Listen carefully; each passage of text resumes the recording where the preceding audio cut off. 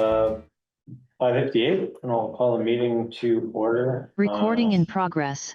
We do have kind of a long one, at least by schedule. So try to keep things moving along as best we can. And thanks to anybody who helps me do that. The first item on the agenda is a check-in with Sullivan and Powers. And it's like Rick is on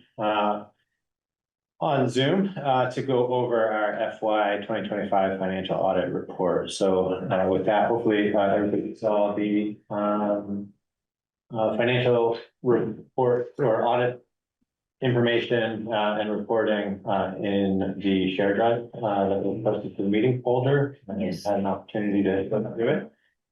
Rick, if I remember correctly, it is a lot of pretty heady information. So I will turn it over to your usual, very efficient summary of those findings. You got it, no problem. So yeah, thanks for having me here tonight. I'm here to present the fiscal year 25 audit. Like we were talking about, there's a lot in this report, a lot of pages. I'm going to kind of give you a quick overview of what I think the key elements are. And if there are any questions at the end, we can just go on to that. So like I said, a lot of information here, 44 pages of stuff related to the financials, footnotes, etc. But my focus is really pages 1 through 4, which is the auditor's opinion. If you're looking at pages 1 through 4, on page 3, you'll see in the top paragraph where we're very clearly identifying that this financial statement is the responsibility of management. There's a lot that goes in this throughout the year, from setting policies, following, posting transactions, payroll, all the different things that goes into the accounting system, and that builds to this report for the year. So that responsibility falls with management. My job as your auditor is to come in and review the numbers and and issue an opinion on whether these financial statements are fairly stated. So when we're giving an opinion, we have 3 choices. You can give an adverse opinion, means these financial statements are not fairly stated. There's a qualified opinion, meaning they're fairly stated except for something. And then there's an unqualified opinion.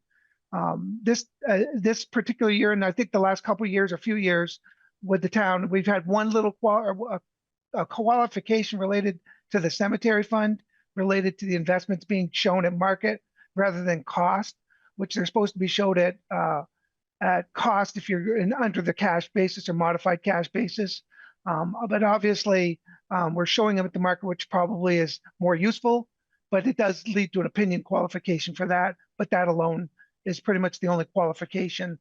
Everything else was unqualified. The general fund, all the major funds other than cemetery. Kind of skipping over, so we start going on page 7. So page 7 is basically your balance sheet. It's a snapshot in time of your assets and your liabilities at 6/30/25, showing all your cash investments, your amounts due to the state, due to other funds. And so it takes a snapshot, like I said, takes your assets minus your liabilities. We'll go down to the bottom section, which is your fund balances. And you can see like the general fund sitting at the end of the year with a fund balance of $469,380, which I think is up about $120,000. Last year was $343,871. So that appears to be very healthy. Kind of looking the rest of your funds, you got the highway fund, which usually zeroes itself out. I think there was a small transfer in from the general fund at the end of the year to zero it out. You got the highway equipment fund, which is which has gone up about $69,000. The big one that I wanted to point out on the major funds is the FEMA fund. You'll see people get confused by it. You'll see a deficit in the FEMA fund of $204,602. Last year, that deficit was like $772,000. It all relates to the timing of when the grant payments come in the door. And I think at 6/30/25, you were still waiting for some grant money to come in the door. I'm not sure if it's coming yet to clear out that deficit, but when that money comes in, that should clear out that deficit. When you're looking at this this page 7, the last column called the non-major funds, that is a total of all the other funds. If you look, and we'll get to it in a few minutes, but there's pages 37 and 42. There are all the other funds, whether it's reappraisal, trails, town hall, all the technology fund, all those funds are accounted for in the back in schedules, and they roll forward to this line item here called the non-major funds.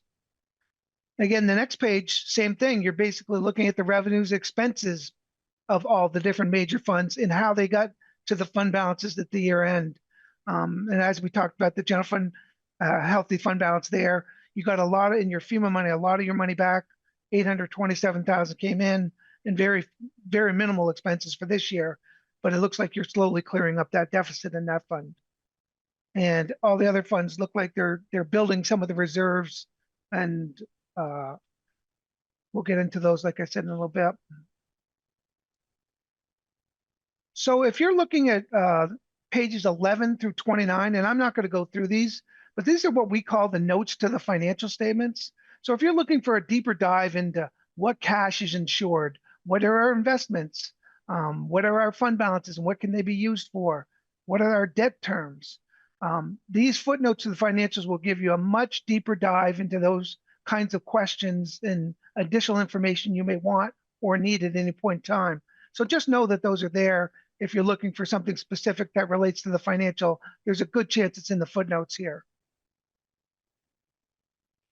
Page 30 through 34, that's your budget actual for the year for the general fund. You've probably seen this many times throughout the year in the reports from the treasurer. Again, I don't think these numbers have changed or strayed too much from where you've seen them all along. I don't think there were too many audit adjustments that would have affected them. So those should look fairly similar to what you've seen towards the end of the year. Same kind of thing on page 35 and 36. This is your budget and actual for the highway fund. So again, shows all the ins and outs, shows, the grant revenues, which weren't budgeted for, which puts your revenues over by about 130,000. Most of that's over because you're, again, the grant funds weren't budgeted for and usually can't be budgeted for because you don't know what's coming in or not. So like I said, on pages 37 and 38, you're going to start seeing what we call the special revenue funds and the capital project funds. Same thing. These are all the different funds for like I said, if you're looking over at page 39, you'll see the reappraisal fund, conservation fund. So again, if you're looking for the assets and liabilities, all these are where the fund balance for all these different funds sit. Nothing stuck out to me, no big negatives that had to be dealt with or discussed. But again, most of these are just building reserves or accounting for grants or activity within separate funds. And again, the next schedule is 41 and 42. Those are same kind of thing, balance sheet and income statement for your capital project funds. So again, if you're looking for any of the balances in that's where you'd find those. We are required as part of our audit report to the board to discuss if we have any material weaknesses or significant deficiencies that were noted during the course of our audit. We did not identify any significant deficiencies or material weaknesses that needed to be reported to the board. And I'd like to congratulate the staff there for getting that, because that's not always the case with many of the audits I do. But it's nice to report that there were no material weaknesses or significant deficiencies during the course of our testing. We have issued a management letter with some recommendations. Again, these aren't required communications, but they're things about talking about your internal control system, updating some policies, several other different kinds of things that you can look through. And if you have any questions or further clarification, you can let me know. So other required communications, we encountered no difficulties in dealing with management staff during the course of the audit. We had no disagreements with staff or management during the course of the audit. There were no consultations with other auditors, and all entries that we proposed were posted by management. So overall, I thought the audit went really well and successful. And I want to thank everybody there for the time and effort that they gave us to get this thing done, and to you as soon as we could. So I don't know if anybody has any specific questions. We have one. Does anybody else have questions that they'd like to raise about the report? Rick, I did, and then maybe I was just reading kind of the preamble into the report incorrectly, but it sounded like Calais is using a cash basis form of accounting that is a departure from kind of a accrual. Accrual, or what would be a normal standard. I guess I'm assuming that accrual is the standard that that folks would prefer to see, I guess. Well, I guess it depends on your point of view. I mean, I have a lot of small towns that use what we call the modified cash basis.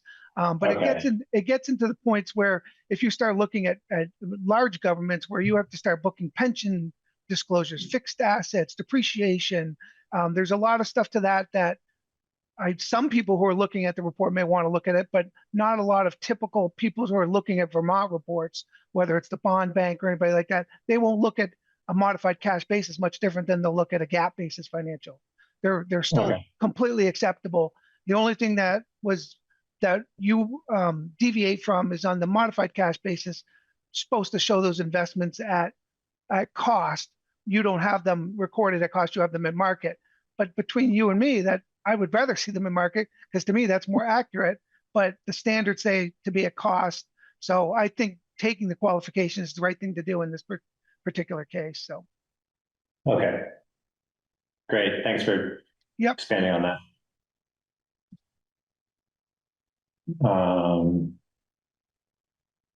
I don't have any other questions. Kari, do you have any other questions, or? I'm good. No. There was a healthy, with it. Yeah. there's a healthy list of recommendations there, and that'll be a good basis for a work plan once dust settles with budgeting and everything else.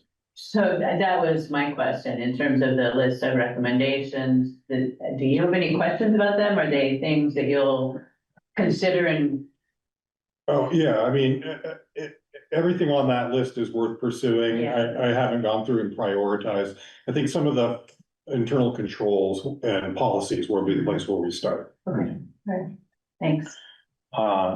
Well, there aren't any other questions or comments on the audit report, then I'd like to entertain a motion to accept the FY 2025 audit report as presented by Sullivan and Powers. So moved. Second. All in favor? Aye. Aye. Any opposed? No. All right, thank you, Rick. And the next item up is. Thanks, Rick. thank you. Thank you.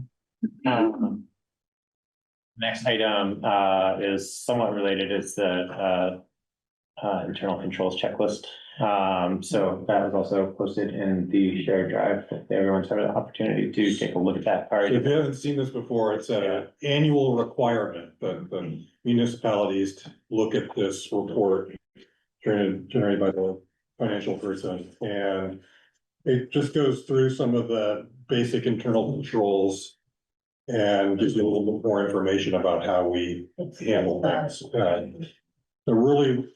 The only change from last year's was we didn't make any changes to the signatories on our bank accounts the year before we had.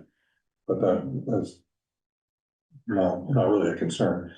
Yeah, so happy to answer any questions about that, and then you're supposed to receive this, I guess, is the actual term, and sign it and put it on file. Or just date that we've received it on the site. We have received it. Yeah, and so, I mean, these are all for doing things in an ideal way. Are you feeling like we're all, I mean, the auditor has all this information also, right? Yes, And so. and more. They've, yeah. Yeah, I mean, I would say they're verifying most of these things, and they're going into more detail. Okay. I think one of the most significant pieces is that we have Nemrick do the bank reconciliation. So what your accounting system says doesn't always match what your bank account says, and monthly you need to reconcile that, and you figure things out as a result of that process. It's very good to have separate entities doing that, so that, you know, whoever's in charge of the financial statements is not adjusting things to their benefit. So, for example, when our bank sends out the monthly statements, they email them to both Nemrick and to myself. Great, thank you. I do think trying to close some of the loops on some of these, like the financial training for select board members, it may not have to be the entire select board, but it may be worth considering being a little more formal or structured about that, just to say that we're going to have two people who go through a more formal training for better financial literacy within the board. Starting to certainly get a better grasp on all of that just through years of paying attention to it and reviewing it, but and that might be something we could ask VLCT to lead. We could maybe partner with another town or two. Sure. To save on expense, but yeah. And we could schedule that for right after the new board year, like say in March or something like that, if that was of interest. That makes sense. You want to put that on the to-do list? Yeah. Look into that, okay. Is that not something that they would already do, the LCP? Well, they have a general orientation, but Yeah. maybe it might be more useful to do something that goes a little deeper. I think so. You already know the basics of financial reporting, like what else to look for, just questions that you have in, you know. I wonder if that's something that we could like with Woodbury or Worcester, and see if they'd be interested in committing to like more in-depth training for new members. In like the March or April timeframe. Okay. Yeah, I would think having other boards there would be illuminating. Yeah, definitely. Great. Well, I don't have any other questions on that particular item. Is it a motion to acknowledge that we've received it and to date it? Probably not, because we're not accepting it. Let's just say a motion to accept the internal financial controls checklist that was presented by Kari. Second. All in favor? Aye. Any opposed? No. Thank you. Thank you very much, Kari. Yeah, thank you. So that brings us then to the fiscal year 2027 budget planning, for which we have proposed budget request from the Washington County Sheriff's Department, as well as the General Highway Fund operating budget review and the discussion of next steps. We're kind of closing in on kind of the initial draft of the FY 27 budget. So those are all posted to the share drive. The first one up is a check in with the Sheriff's Department. I don't think, do we have anybody here to talk about that? I don't think we do. Are you ahead of schedule? We're a little ahead of schedule. Oh, yeah. We're a little ahead because they're expected to come. Oh, they are. Okay. Yes. Well, why don't we do the general and highway funds operating budget review? So now that we've heard from most of the parties that relate to the general fund and highway fund, I put together a draft basically of what you've seen for requests. And we're standing at an 11.5% increase over the current year budget, $184,000. And 1% is equal to just under $18,000. So depending on where we want to end up, we have a fair amount of work to do to get there, I think. So key drivers. So within this, I just want to highlight medical insurance. Even though the premium rate is not going up by much, it's like a little over 1%. We have some new enrollees, which I reported last time. I'm anticipating. And so that, just that one line item, medical insurance is going up about $15,000. Right, I mean, sorry, $24,000, 15%. Highway capital expense, we are in a cycle, you probably don't remember reviewing the capital budget, but we have 5 dump trucks, so at any one time, we might be paying for 2 or 3. So we're going to a year where we have 3 in the cycle. So that's a big driver. That's an increase of 66,000, that's estimated. Grant expense, we won't have the Kent Hill Road project, but we are looking at the Loose Road culvert. That's a grant that's been around for a while. I think it was delayed because of the flooding, maybe something else, I'm not sure, but we would need to match that and execute that project in the fall of next year in order to use that grant. And we also anticipated doing the Marshfield Road paving. So those two together are pretty significant increase, about 61,000 over the current year. And then road maintenance, vehicle maintenance, there's the conservation fund appropriation request. That's about 23,000. And then the other big one was the emergency management committee asked for an additional 11,000 for the local hazard mitigation planning grant. Now we're hoping we get some good news on a grant in December, which would take care of most of that. So, and then I want to point out that this does not include a match for the Bliss Pond Road culvert, which we got a grant that it will expire December next year, but it's, if I recall, it's like 80,000, something like that of our match. So I didn't include it in here because I don't see where that offset would come from. And I haven't done anything in terms of an additional increase for the town administrator position, which was something we have talked about. We'll return to at some point. So happy to answer any questions, but also looking for how you want to proceed from here. I'm assuming you want to consider reductions, and I'm happy to come up with a list or a menu of options for next time, or you could identify places you want to start seeing savings now or something else.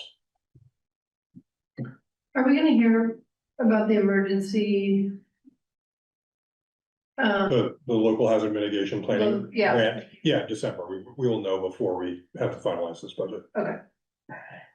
I think by mid-December, if I remember.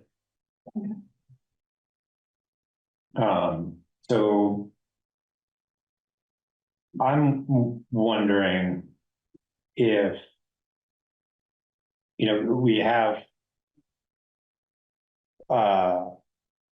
we have some big projects in the pipeline for next year, and then we have some capital expenses that have kind of like stacked up. And we also have a fund balance that generally carries over. And I think one of the ways that we could look at meaningfully reducing that increase would be to make some decisions around applying that fund balance to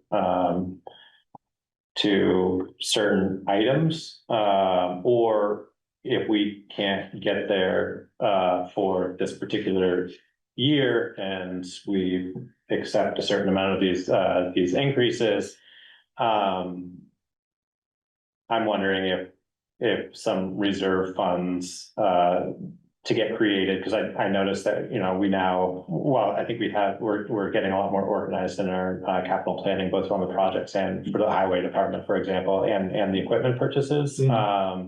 And making sure that we're trying to be on a rotating schedule of incurring those costs. I would think that theoretically, we would also want to be regularly dumping into a reserve fund for some of those trucks that we are no longer making payments on, but will have to replace. Yeah.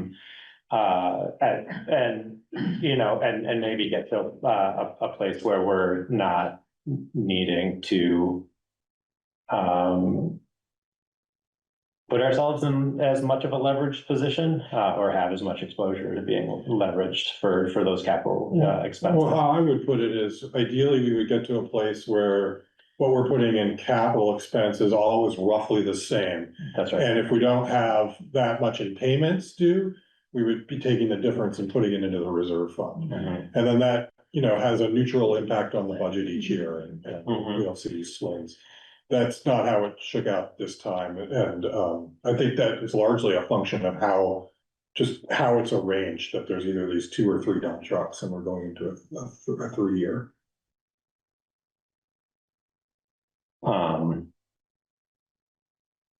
But I take it you're saying we might look at using the highway capital equipment fund for, say, one of the payments Mhm. to reduce the budget.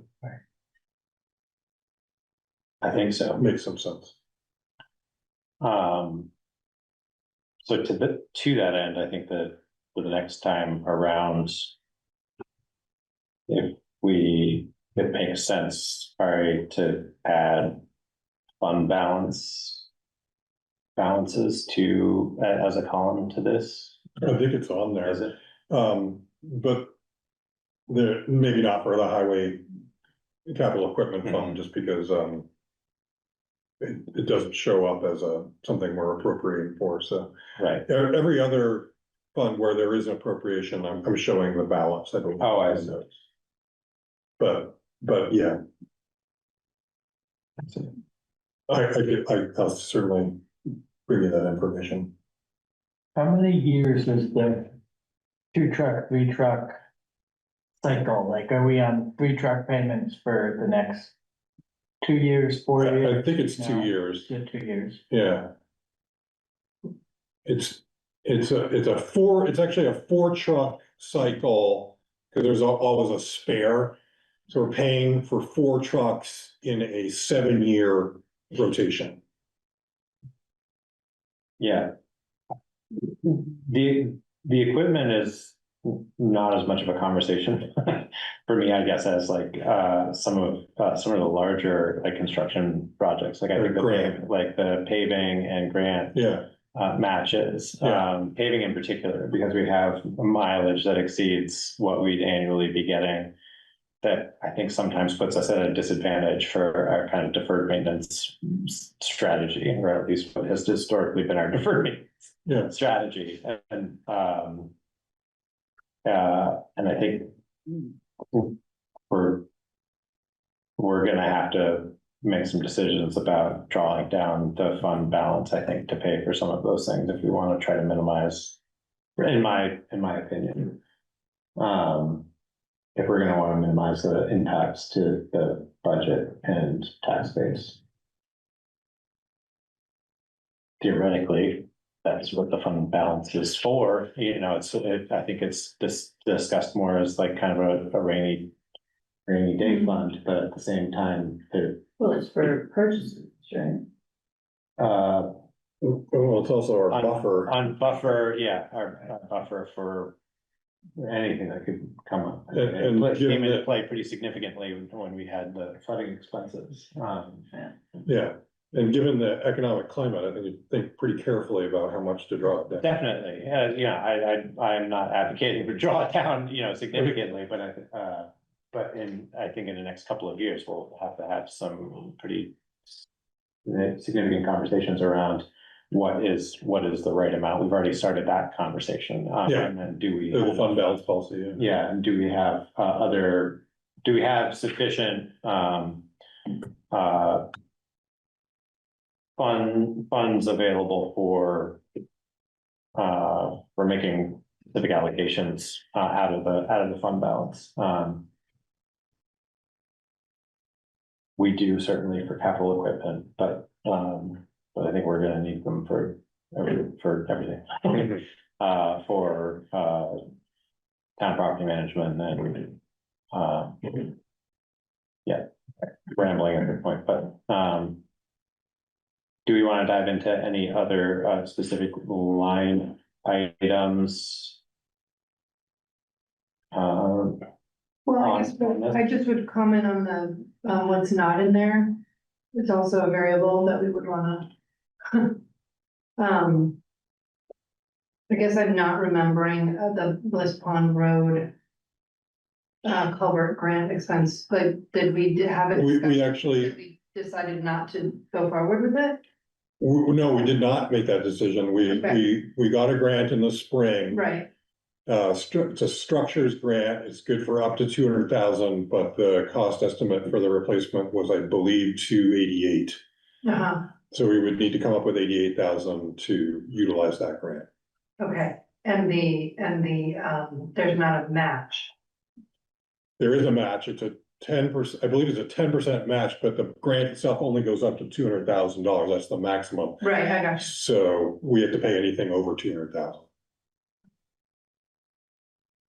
And So you can that, put it in the budget, cause we don't have 88,000. well, you know, I figured if I put it in there, you'd tell me to take it out. Yeah. I mean, And you That's- have the match at 99. I mean, it's got a line item, but, what I'm seeing here, Bliss Pond cover on 282, line 282. This estimated match 99,104. oh, okay, that's the number with inflation built in, I think. Okay, Yeah, okay. Yeah, I just, I think I added 5% to everything for next year. okay, You know, I'd love to replace that. I mean, it washed out twice, right, in 23 and 24. Mm. And really badly in 23. So it needs to be addressed at some point, but mhm. I mean, And the loose road grant expires this next year too. yeah, same date, December of 26. I actually don't know that much about that project, and maybe it would be good to have Toby or John speak to us about, you know, the relative importance of those projects. Uh-huh. I just know that one's been in the pipeline for years now. Okay, so we would like to know more about that. Okay, yeah, Looks like the sheriff's department's here. It's an unmarked truck. They've got new trucks. We're running incognito.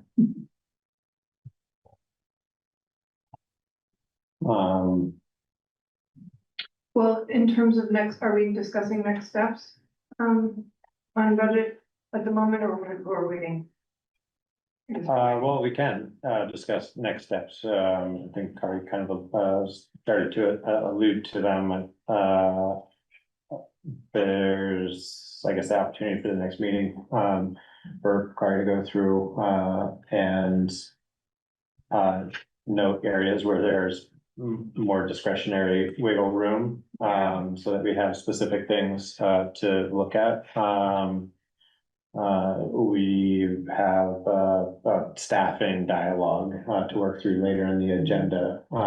Yeah.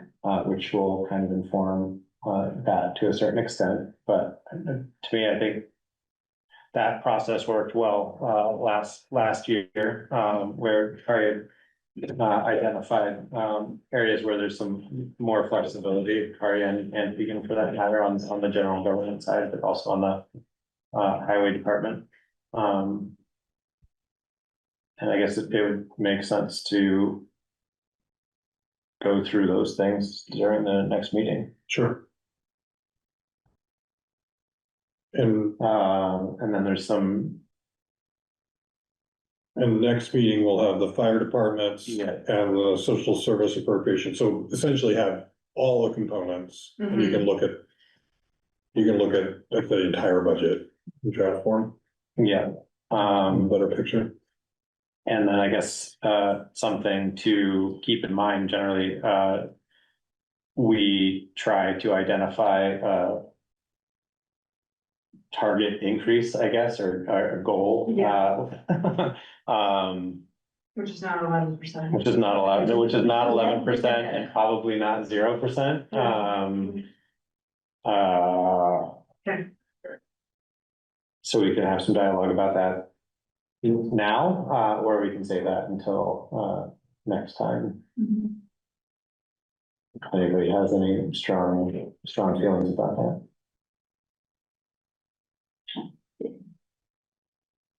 Strong feelings or opinions. Well, I mean, next time when we have more information, that'd be good. Okay, Yeah. all right, well, welcome, gentlemen. You're up for the hot seat. We've moved a little ahead on our financial planning, but you're the last item under our kind of fiscal 2027 budget conversation for this meeting at least, and we did receive your proposed budget and rate, so thank you for that, and welcome back as usual. Thank you for having us. Much appreciated. So usually you guys give us a little bit of a review on at least the last few months of activities and that sort of thing. You're welcome to do that, or we could just get into the meat of the to the It's proposal. more up to you, but I did do the stats if you guys want. Sure. Yeah, so our department continues to be stable as compared to some sheriff's offices. We are doing better than many. Well, not as well as some, due Thank you to, very much. mostly comes down to staffing. So it might be a big surprise, but nobody wants to be a cop anymore. With that being said, budgetary pressures statewide, especially in law enforcement, are pretty ugly these days. As you've probably experienced with your own town budgets, the cost of employment, the cost of benefits, retirement. The wage pressures are skyrocketing, and we got particularly hit badly with insurance this year as well, health insurance and liability insurance. The county helps cover some of our liability insurance increases. But we've gotten hit really hard, workers' comp, everything else. So with that being said, our biggest challenge has come down to staffing, like I just said. We haven't grown at all this year, but we haven't lost anyone at all this year. With that being said, we were having a discussion today at the police academy I was teaching today about wages statewide. And I'll just give you one example. There's a local agency that is starting day one, zero experience at $38 an hour. There's another one down south that's at $42 an hour. Start. We can't compete with that.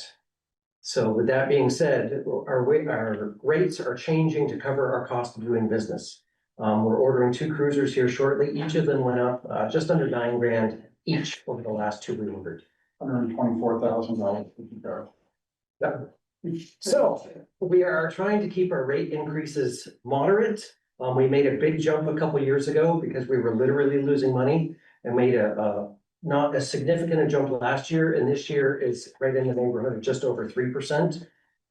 Every year, we're gonna continue to do some kind of increase. The years of it continuing going by without an increase, that's probably never happening again, just because we have to make an increase every year. We'll look at the cost of doing business as it goes on, and hopefully we don't have to ever do a large jump like we did a couple years ago. But it really comes down to our staffing, attracting and keeping new people.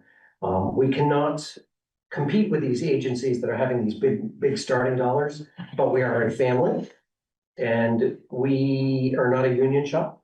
So we have the advantage of, if somebody needs a day off, we're small enough and flexible enough that, okay, you can get a day off. Your wife's sick, your kid's sick. They need a last minute doctor's appointment. We have that flexibility. Nowhere else in law enforcement are you gonna get that. So we're using that as our big selling point for people with a family of come work for us because we can work with you. Mhm. So with that being said, any questions about what I just gave before I turn it over to the captain? No, So. No, thank you. yeah, Far as statistics, big thing, as we have said before in other meetings, we're still seeing some high speeds. As you can see, there are 6 tickets there for what we call SL3 violations. So that's anything that's 21 or more miles in excess of the speed limit, or 31 miles in excess of the speed limit. Also, generally a 30 or more mile in excess of the speed limit usually has a neg op arrest added to it. I didn't add in the arrest stats. I know we had an arrest just last week over on Route 14 in Calais, but as you can see, the numbers are still there. They are concerning. that was part of the reason I did the budget the way I did it and kind of gave you some guidelines on what my thoughts would be as far as during the summer, the spring, summer times, and then, what you should still be doing in the winter, because years ago, it was kind of once snow hit, things kind of slowed down a lot of places. That's not the way it is anymore. This is not slowing down. All the towns are all complaining about speed, and speed is up. To really give you an answer on why, I don't really know, other than I can tell you, when's the last time we saw a cruiser on the interstate? Yeah. And you know what the speeds are on the interstate. So when they get off the interstate, they're still traveling the same speeds when they're getting into our areas. So that's something that we have to somewhat factor in. But that's kind of where I came up with some of the different figures, trying to say we do need to raise it some, and then give you guys some guidance on what you want to work on, and give you the dollar figures to work on from there as far as what we do. I definitely thought during those months that were the summertime, where it was really hard, that we should probably have 2 shifts a week during that time. And sometimes I'm a little concerned whether or not that April, May time, whether or not we should be doing the same. Just because the minute things start warming up, it is crazy. And it's just whether or not we try to organize accordingly, and we can readjust the schedule as we need to as well during those periods where we can work, say, 2 shifts a month during the winter time, and then come out April, May is putting a few shifts during the week to be able to tighten it up and get the message out to people right off quick before summer does hit. Can be as flexible or not as flexible as your budget and your desires allow for. So I see it is an increase, and it's $5,000 a year increase. Again, you guys can kind of figure out where you want to go on that and be able to adjust accordingly. Yeah, I know, I think in the last year or so, we looked at doing a pretty significant increase to our budget. Significant from our perspective, I guess, to try to do some more enforcement, to kind of respond to this and respond to conversations around, speed limit changes and that sort of thing. And, I think unfortunately, a lot of that got consumed by increases in hourly rates but, you know, I think we're trending in the right direction. I think enforcement is really probably the only way to get there. It's just an expensive way to do it. And I think we just have some harder conversations to work through, and what our strategy is going to be to try to get the enforcement that we need, I think, to try to see if we can't make an impact. I think there's kind of an underlying interest still in revisiting the speed limit on the county road still. There's still a vocal portion of the community that would like to see that subject revisited, and feel free to correct me, but I think that your opinion is My opinion. revisiting that would be worthwhile. My personal opinion, which is, I guess, softening to a certain extent, but we can talk about changing the speed limits all we want, but if we don't have a way to enforce it or a budget for enforcement, then what's going to change the behavior? It's just a sign. I'm sure you guys saw the speed cart set up by Fitch Road, and that was crazy. The numbers of the speeds coming out of Calais. Mm-hmm. Gave us some very interesting data. Yes. Yeah. I'm curious, I agree that enforcement is really the only thing that'll really change behavior, but how do we know to the extent to which it does change behavior? If you have a full complement of enforcement, do you see people actually driving slower? Where you're gonna go with this, and let me hit on this, and the Wakefield Warren area is one area that has kind of seen this a little bit, because we generally have less hours over there now. So instead of having, say, 16 hours during the day and 16 hours a night, plus some optional other hours, we're down significantly on hours out there. We're seeing huge speeds. Yeah. So if you don't see a cruiser, they know, as I said, look on the interstate. Just drive on the interstate, go to Burlington, and it's a racetrack, because how often do you see a car? What's the chances of getting stopped? Statewide and nationwide, there's a lot of, data driven, it's just a way of doing business now. And, you do like a rat pack is the commonly known term. You go into an area, you hit it hard with saturation controls and everything. It gets everyone slowed down. Just a couple, 2, 3, 4 days go by without that, and it's right back up. Oh, they must have moved on. 2 or 3 days. That quick at this point, and the data's there. That's what makes you wonder if there isn't something else we could be doing as a community around this, in terms of, I'm just thinking about sort of,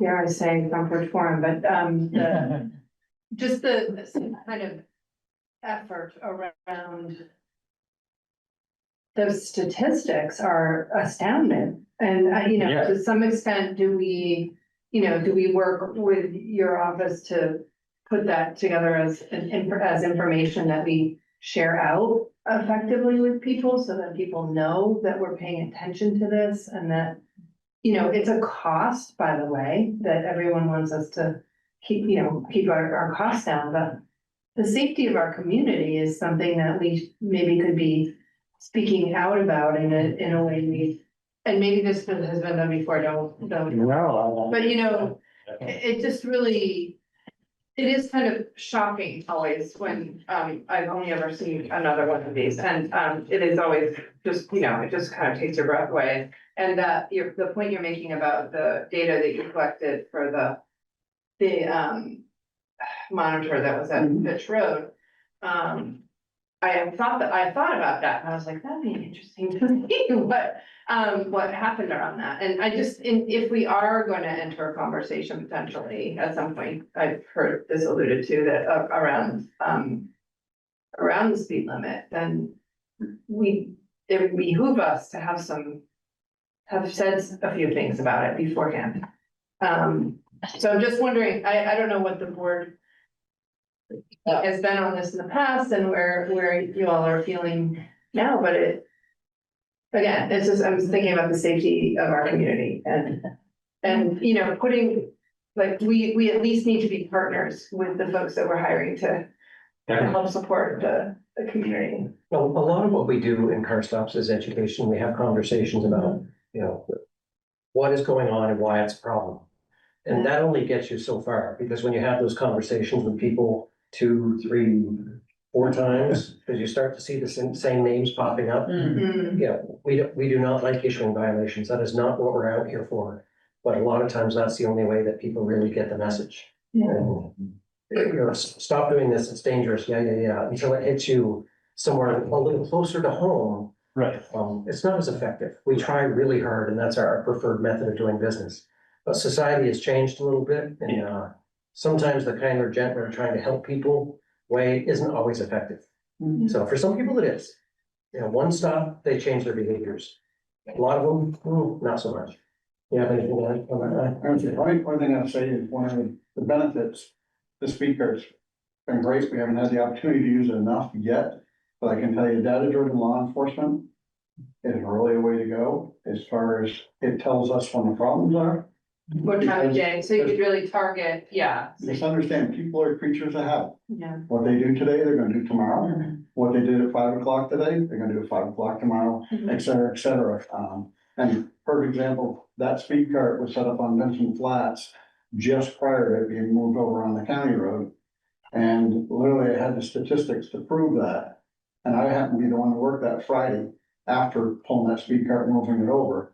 And 11 o'clock, in between 10:30 and 11, there was a number of them coming through by the school up in Vincent Flats that received some violations. And we're talking high speeds. So Right at the time. again, data driven, exactly.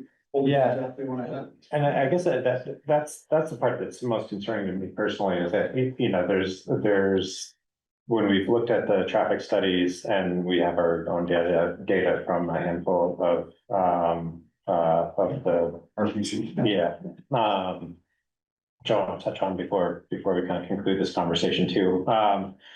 But, you know, it's the extremes of the people who are offending on the higher side that just seem like really outrageous. Like that's what's most eye-opening to me. And in some ways it's discouraging to feel like it almost doesn't seem like there's anything other than, you know, trying to have some sort of behavioral intervention with a handful of individuals, but it does look like it's, you know, it's habitual and somewhat predictable, and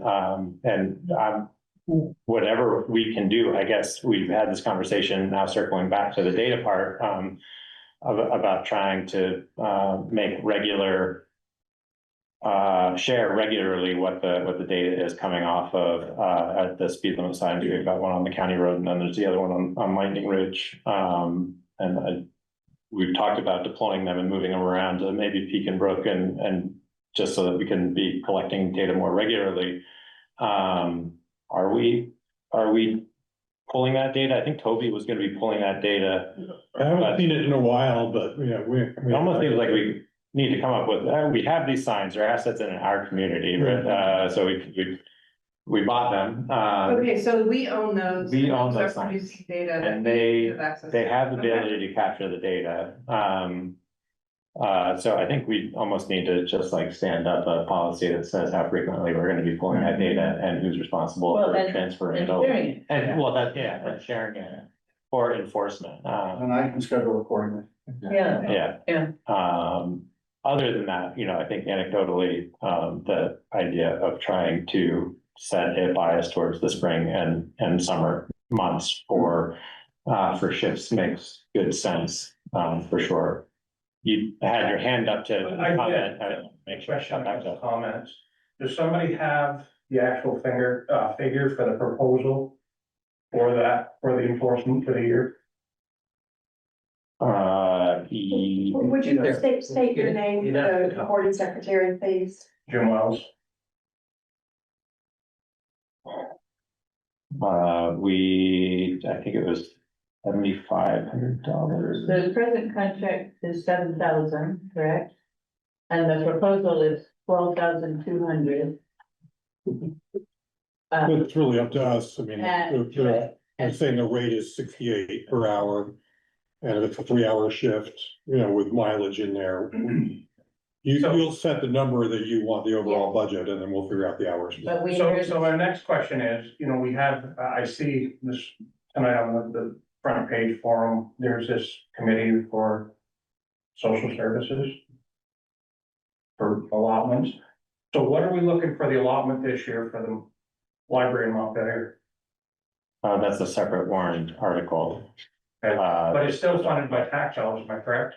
Yeah, but it's voted on at town meeting as a separate article.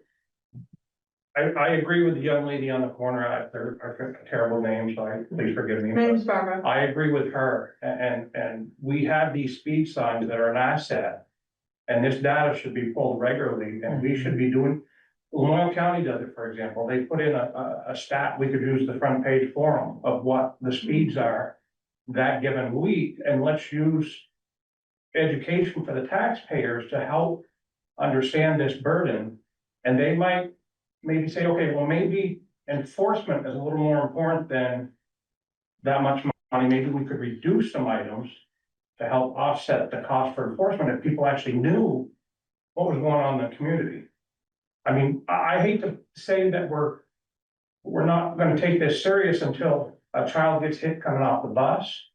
There's a DUI crash into a house in Maple Corners, and then by that time, it's too late to throw money at it. We need to educate our taxpayers and let them make the decision, okay, is this a good idea? Maybe we could trim the fat in some other areas to focus on some other areas and maybe get this under control. I drive a truck for a living, 500-600 miles a week. And when I leave for the work in the morning at 4 and 5 o'clock in the morning, County Road's a racetrack. It's a racetrack At 4 in the morning. at 4 in the morning. Can I ask one thing here? And I've expressed it to the sheriff. Yeah, and I hear you and I appreciate the comments. I think, when we're having these budget conversations, it's helpful to know like what a certain percentage of our budget it is, and that number is $17,000 is 1% of our budget. I don't think in this particular case, increasing a meaningful increase to the sheriff department's contracted rates is untenable when compared to some of the other expenses that we have as a town. My concern is how scalable is it, and can we ever get to the point where we feel like it's adequately funded to the extent that we're making an impact on the behavior and changing. And I think from my perspective, at least, like, I think it really does have to come with a certain amount of community education around it. I think that's a really great idea. And so, not only are we establishing a policy that says like this is who's responsible and how often we're going to be pulling the data and sharing it with the sheriff's department, but also while we're doing that, like, by the way, community, these are the rates of speeds that we're seeing and why we're needing to increase budgets to Right. To get that. if you want to be, and I think it's going to be an open dialogue. I'm stopping short of saying that we need like a committee to figure out like how to navigate that communication like regularly or help facilitate it. But I'm all ears for what types of programs other communities have deployed to try to see an impact and these types of numbers, because clearly they're still not trending in an adequate I direction. don't want us to go the direction that Waitsfield's going, No. given Well, last week. and to understand the numbers and the shifts that you were talking about, and to confirm what you said was that in the summer months, you were going to or you're basing the request on 2 shifts per week. And then there's this big chunk of time from September to April when it's every other week. Right. And that's based on traffic generally not being as fast during that period. Kids are back in school, Okay. things are not as busy, but you still have a feed problem. Sure, yeah, So, okay. like I said, years ago, it was pretty clear, a lot of the contracts from October-ish, we didn't even start back up until March. Mhm. Now it's not that way. Just not as tight. It's crazy, unfortunately. Okay. So the speeds aren't slowing down. I think the public education part is a very large piece, and I can't go through all the statistics, or I shouldn't say I haven't gone through all the statistics, but in most of the towns, unfortunately, it's the locals that we're dealing with. Tends to be the rule whenever we get speed complaints. It tends to be either the ones that are complaining, they're the speeders, or somebody very close by. So that is not uncommon. So doing public education and hitting the community, seeing these speeds may make some changes. These are almost entirely on Route 14 and County Road, yes? Yes. Yeah, Route 14 might not be people. It's a mixed bag. And I would just be curious, if we did find a way to educate the taxpayers of Calais with some of these stats, how many people could hold a straight face with 30 and 40 miles an hour, that many incidents that are caught in a month's time and not be appalled? Yeah, I mean, again, I think our own data, I mean, we're probably one of a handful of communities that actually has the ability to have, like, to take our own data and show that and boast that. And that I think is gonna get right to your point. I mean, right now, this is a report from the sheriff's department, which are the ones that they observe, but, I think we have greater line of sight through. And this is public record, so by all means, and any data that you needed. I know it was requested to provide monthly stats or billing stats, whatever the case may be. We've been doing that. We're more than happy to upgrade whatever we need to do on that end. We're still working on our website to make it so hopefully it'll be a little easier for you guys to be able to get in and actually look at what's going on as well. That's At least we have a website now. Yeah. so- At least. Yeah. Can be done. Work in progress. Okay. It's just taking time, that's all. So real quick, education wise, just on this, I think we talked about it last year, but I've been asked a few times, the 80 cents per mile plus the 10 cents. What's up with the 10 cents? Because we're pegged to the federal rate, which is the 80. So why the 10? And that's really the police equipment, everything that goes into the car, because the 80 cents covers the car. It's usually, depending on how fancy you go, between an 8 to 14-ish thousand per car for police specific equipment. So it's to help offset some of those costs. The costs are just out of control. Another thing, we were talking about the speed cart. I haven't seen it an issue here yet, but a lot of stuff is being shared. I've seen this nationwide in other counties. That the speed cart have LPRs built in and they have tracking devices built in and all this stuff, which is not necessarily true. So I want to try to get ahead of it a little bit. Our speed cart does not have an LPR, which is a license plate reader. It does not read license plates and report people's whereabouts back to anyone. It is not equipped that way. At certain speeds, it will take a picture of the vehicle. Correct, just takes a picture. It doesn't go into any database, it doesn't do anything like that, it comes to us, period. And then we do with it as we see please, or as we please. So if you have some questions coming from people about, what data is this collecting, we're more than happy to share with people, but it's not tied into anything, we're not spying on them all the time. So please send them our direction if they have those concerns. And when we put it in Calais, if you people want that information, it's pretty easy to read and more than happy to send it to you. Is there a fee associated with that deployment? Like it was, I mean. We're deploying them in the towns as part of the service, as part of your contract. So there are. Okay, so fees it's not something that's like on a schedule or. Okay. Part of the contract. Okay. So there are some internal fees for us, downloading everything else, that is our problem we've had, so. Personally, right now, as long as we have cell service, I literally can go on my laptop and see the reading within, I think it's 3 or 4 hours. So And what, how would we, like, how, on what, basis are you posting it? as far as where we're gonna put it, Yeah. generally I've been going off the different complaints that we've been getting and then going out and posting it from there. This type of weather, I kind of have to watch, unfortunately. We haven't, my fault, I haven't had a chance to sit down and type up the paperwork to get the permit to put it on the state highways yet. Okay. So, because you have to have a permit to be able to put it on any of the state highways, which we're gonna have a blanket permit. It's just a matter of typing it up and getting it done. It's not cheap, but. Yeah, is what it is. But anyways, other than that, it's just setting it up.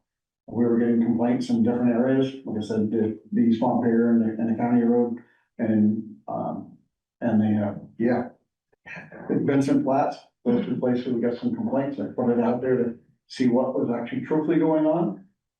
As I said, it was surprising. Yeah. And we just have the one machine, so it has to be shared with all of our contractors, so it's gonna be here, there and everywhere. Thank you. Sorry, Jim, one Jim, more yeah, question. I'm not a computer person, computers are evil. But we have a website. Now, is there some way you folks could connect with the sheriff's department so the cat can download the data and maybe have access to that website to download it, or give it to a liaison at the town office to download it weekly maybe, or when it's there, to let people see something? The sheriff's department or the community? Well, I mean, the community to see, let them know that you're gonna try this. We have access to a speed car as part of our, it's a service provided by the sheriff's department because we contract with them. Maybe that's one way of sharing that data so they could see, well, wait a minute, there are people doing 71 miles an hour yesterday on a place where I have children. Yeah.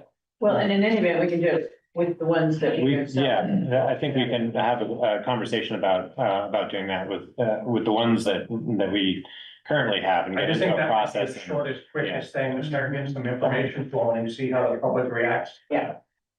But I'm more than pleased to display the data weekly. Okay, Yeah, when it's out here, it's done.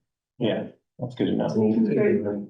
Helpful. Well, thank you. I want to be respectful of everybody's time here. I appreciate the comments on that, and it sounds like there's interest in on all sides here to kind of get us rolling in a better direction. So, we'll find a way to revisit that conversation and see if we can't dial in on something that works and that we can be consistent with. So, so thanks very much, gents, for the time and service. Yeah. Yeah, thank you for service. Yeah. Cheers. Really. Anytime, any questions, you know how to find us, please. We'll do, yeah. They travel some. Thank you. Thank you. The next up is the East Montpelier Fire Department. Thanks, Jim. Welcome back. Yes, so for anybody who doesn't know, myself and Daryl, my name is Thomas Barker, I recently took over as fire chief after Albert resigned on October 1st. And Daryl took over as president, and Jake Hoffman is manager, president. So we currently have 2 utility trucks. We have a 2011 F-150, F-250. That was the primary truck. It carries some of our forestry equipment, some extra traffic supplies, and tows our UTV trailer. When we purchased a new ambulance last December, we decided to try to use the old ambulance to house some of that extra equipment, to take some weight out of that older truck. It's worked okay. It's a big truck, so it's not as convenient for forestry calls and stuff to get up driveways. And then the F-250, we recently discovered, has some pretty severe body rot. It's seen a lot of time in Vermont. It sits outside. It doesn't have a lot of miles, but it's got some issues. So we have located in Massachusetts a brand new F-350. It's a little bit heavier spec, should handle the equipment better. It has a utility body on it, which will hopefully cross kind of between what we're hoping to do with that old ambulance, to have some exterior compartments, as well as the four-man cab to tow the UTV trailer and get people to scenes. You guys have a full test over? Okay. Yeah. So we were offered $5,500 in trade for that rusty F-250. There was a trade difference of $65,489.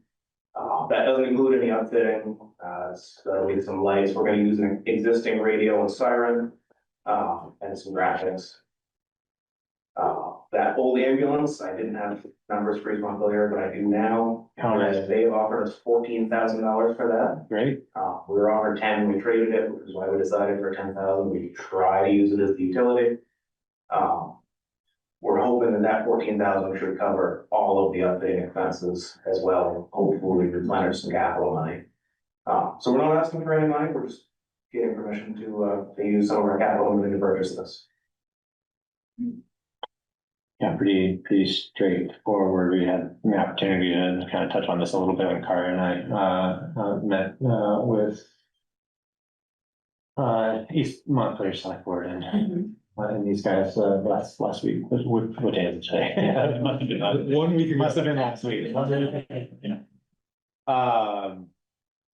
That's some good dialogue. We had a little bit of line of sight on this particular request, but it certainly seems to make good sense to me. And the balance in the capital fund is solid. Is 299,000. Yeah, these are the requests that are easier than they're to pay the entire. They just need the authority from the 2 tenths. So do we need a vote? Yeah, we can vote to authorize the use of the fire department's capital reserve fund for the procurement of The F-350? the F-350 utility truck. Unless there are any other questions. Seems important. Yes, yeah. And thanks for looking into those trades. Yes. Great use of liquidating rusty assets. So with that, can I entertain a motion to approve and authorize the East Montpelier Fire Department's use of their capital reserve funds for the purchase of an F-350 utility truck? So moved. All right, great. Okay. All in favor? Aye. All right, well, there you have it, Jeff. Yeah, And we'll see you in 2 weeks. see you in 2 weeks. Yeah, thanks.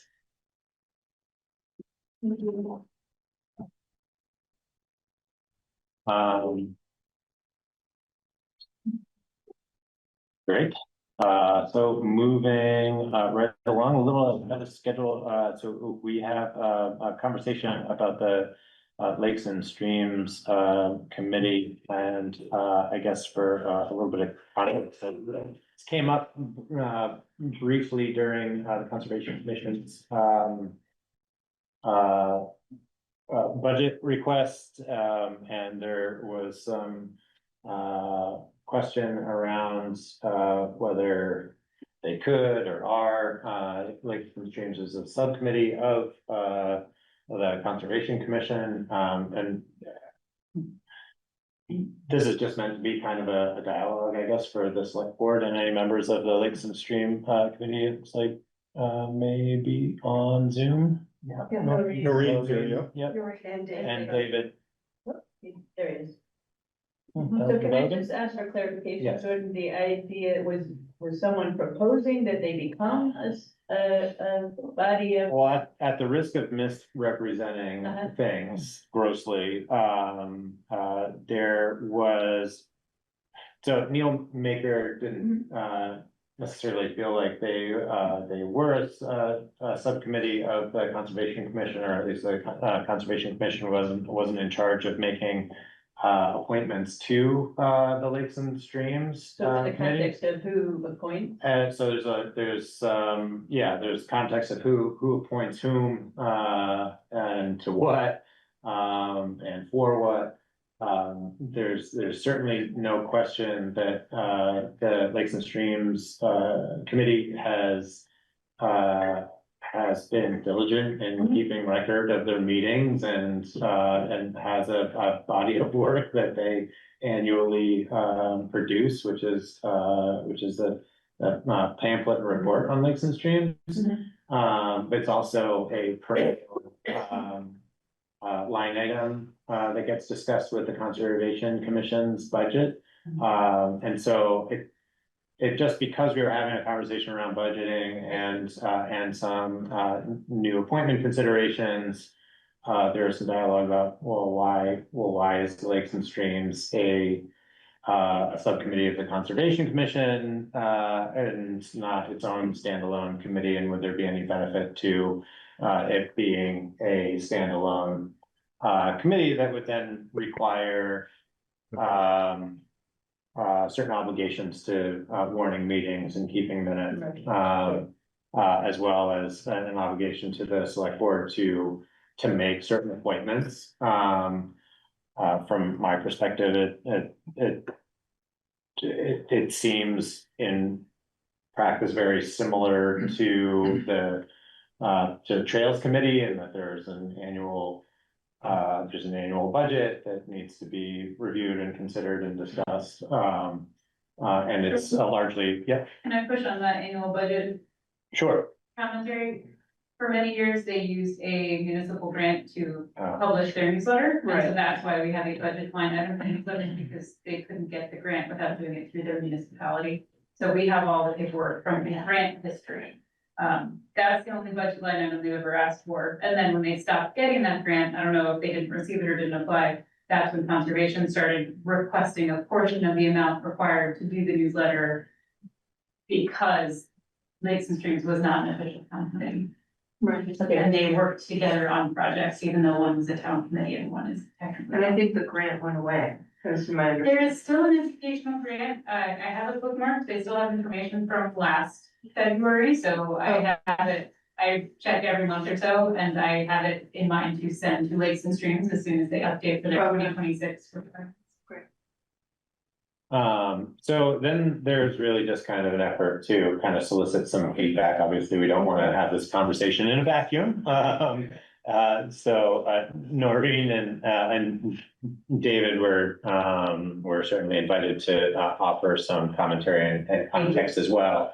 And so really, we just wanted to just open the dialogue a little bit and see if there's anything that change that should or should not be considered. There isn't a desire to push it one way or the other. I don't think at this point, but just wanted to try to open up some dialogue there.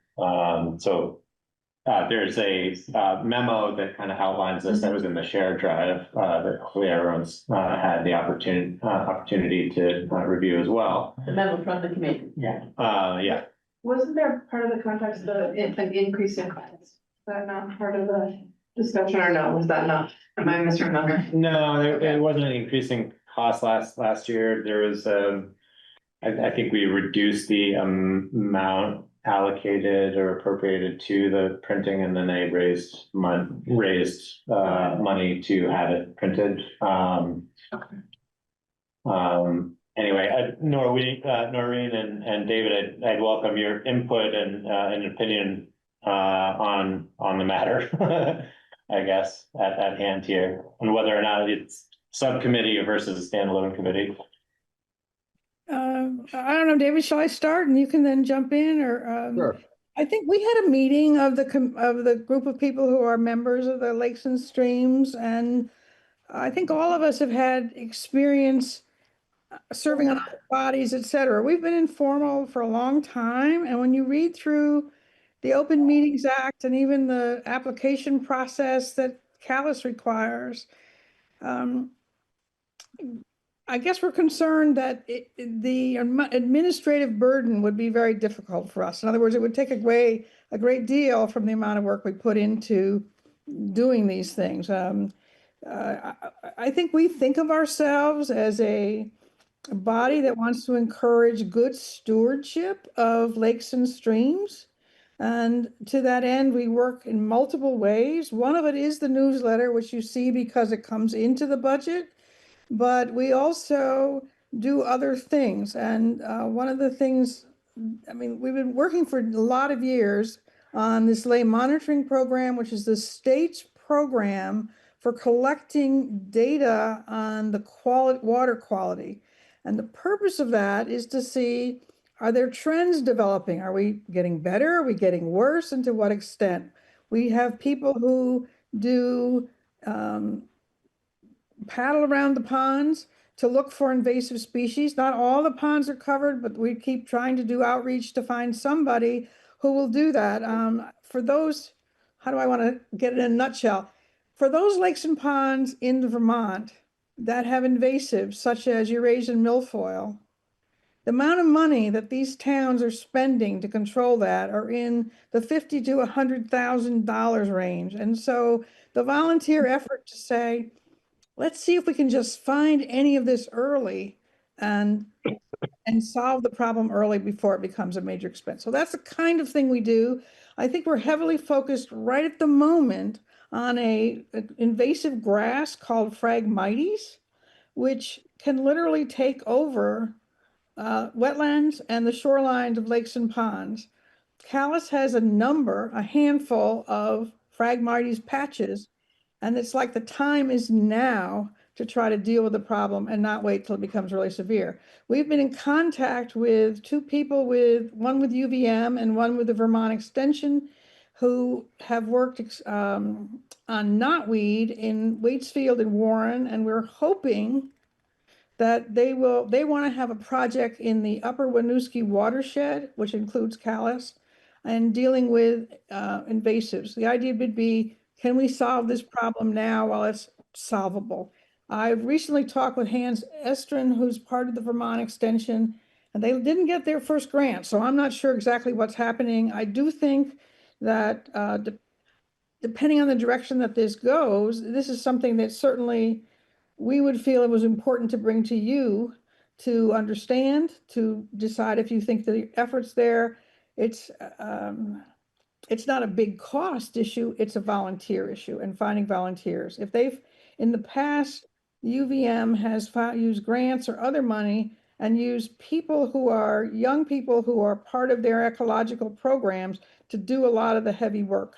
So that's kind of our little background on who we are. We thought that, I think we were concerned about the administrative burden I've lived through other situations where just having a quorum, to be able to discuss business is not trivial, especially on a little organization like ours. In other words, you have to be very careful about how you handle phone calls and meetings. And so I think we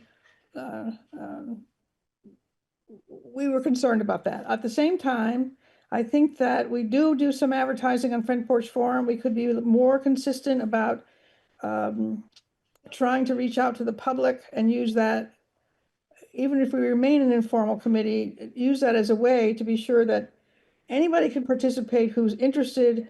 And we certainly we've done a lot of that outreach. We're still challenged by finding people who want to commit the time.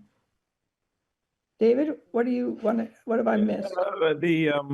The only thing that I would add is that so much of our work is done informally.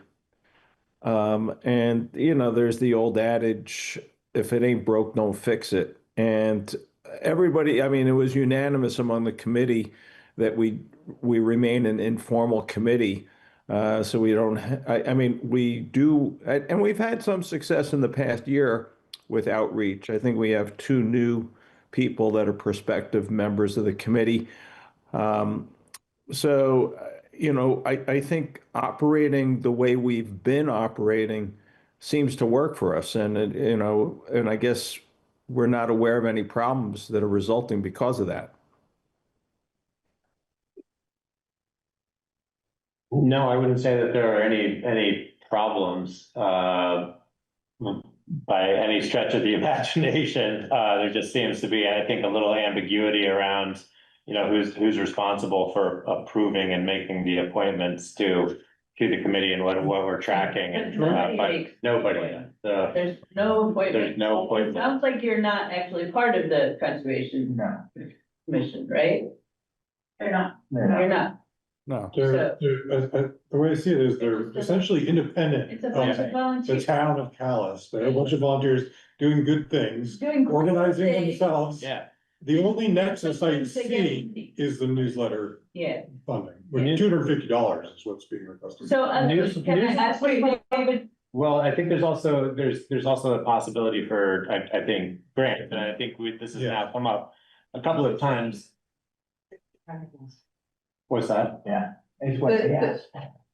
The request was for 800 this year, FY 26 was budgeted. What, for what? Oh, sorry, $800 yeah, you're right. Yeah. And the proposed budget for FY 27, not, you know, was just presented as 1,600 as part of the commissions. So the Conservation Commission comes in and requests money that's gonna go to the committee for the newsletter. Yeah, that's right. And then the last couple of years, we've taken that 1,600 and said, well, We've not. how about half? Yeah. Okay.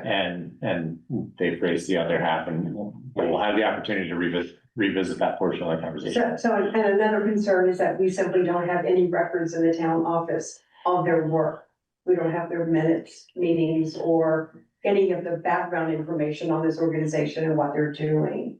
We do have one like 5-page document that I believe Noreen typed up at some point that gives sort of the origin story, but that's about it. And that's why part of this conversation, because I got started and asked Noreen if she had more background, just so I could understand better. And she said, oh, I've got a bunch. Do you want to keep it at the town office? I don't have it at my house anymore. And then we're like, well, it's not actually a town group, so is that appropriate? And that was part of the conversation. Yeah. So it's a volunteer Yeah. group that gets town money for one purpose on an annual basis. Right. It would be more consistent, it seems to me, if they were an organized nonprofit receiving one of the social service appropriations. Right. Right? Sure. That would be more akin to how we usually And fund the money something. doesn't actually, like, are we just paying an invoice for a newsletter? Is that, but Yes. I mean, we're not sending money somewhere other than to the vendor, correct? Directly to the vendor. Yeah. Yeah. So Right, and the other thing can I just add one thing? I mean, relative to records, years ago, I don't think there was an interest in saving records, and I think that Tegan and I chatted a little bit. I'm happy to put together an inventory of what we have, and then we can make a decision of if the town whatever the town wants to keep is something we'd be delighted to give to them.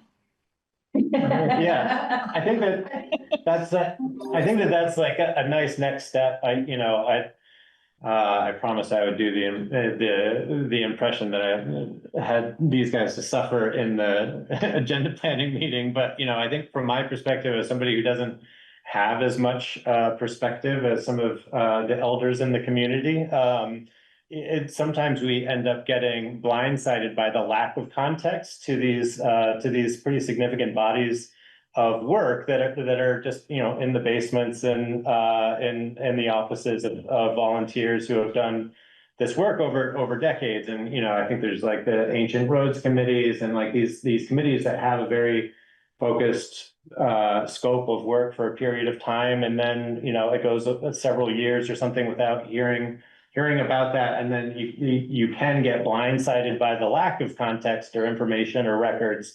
And I'm not to say that has been the case with lakes and streams, but I think that it would be nice, and I'd certainly be open to trying to transfer some of those records just so that we are kind of archiving that history, so that the information and context can be celebrated and utilized as much as possible. And let's start with that as a first step. And then, I do think that there's maybe an opportunity for evolving dialogue around this. Noreen, I think that you noted that like, it seems at this point in time that the funding for water quality programs and projects is more stable than other forms of funding or project funding.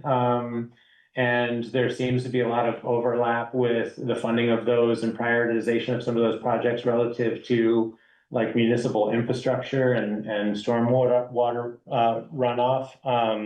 So I think to the extent that in the near future, we get to the point where we're, looking at maybe trying to fund projects through one of these other funding sources, we may need to revisit this just because we'll be talking about, appropriating or allocating funding for a project that we might want to collaborate with lakes and streams more formally around, like grant administration or something like that.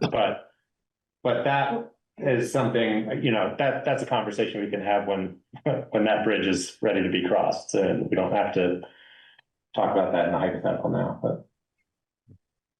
I would just say that, first of all, appreciation for the work. I think it's really admirable and needed. And I think what it makes me think about as a board is, Noreen, you said it's like, you want to stay informal, and it's also challenging to get people engaged.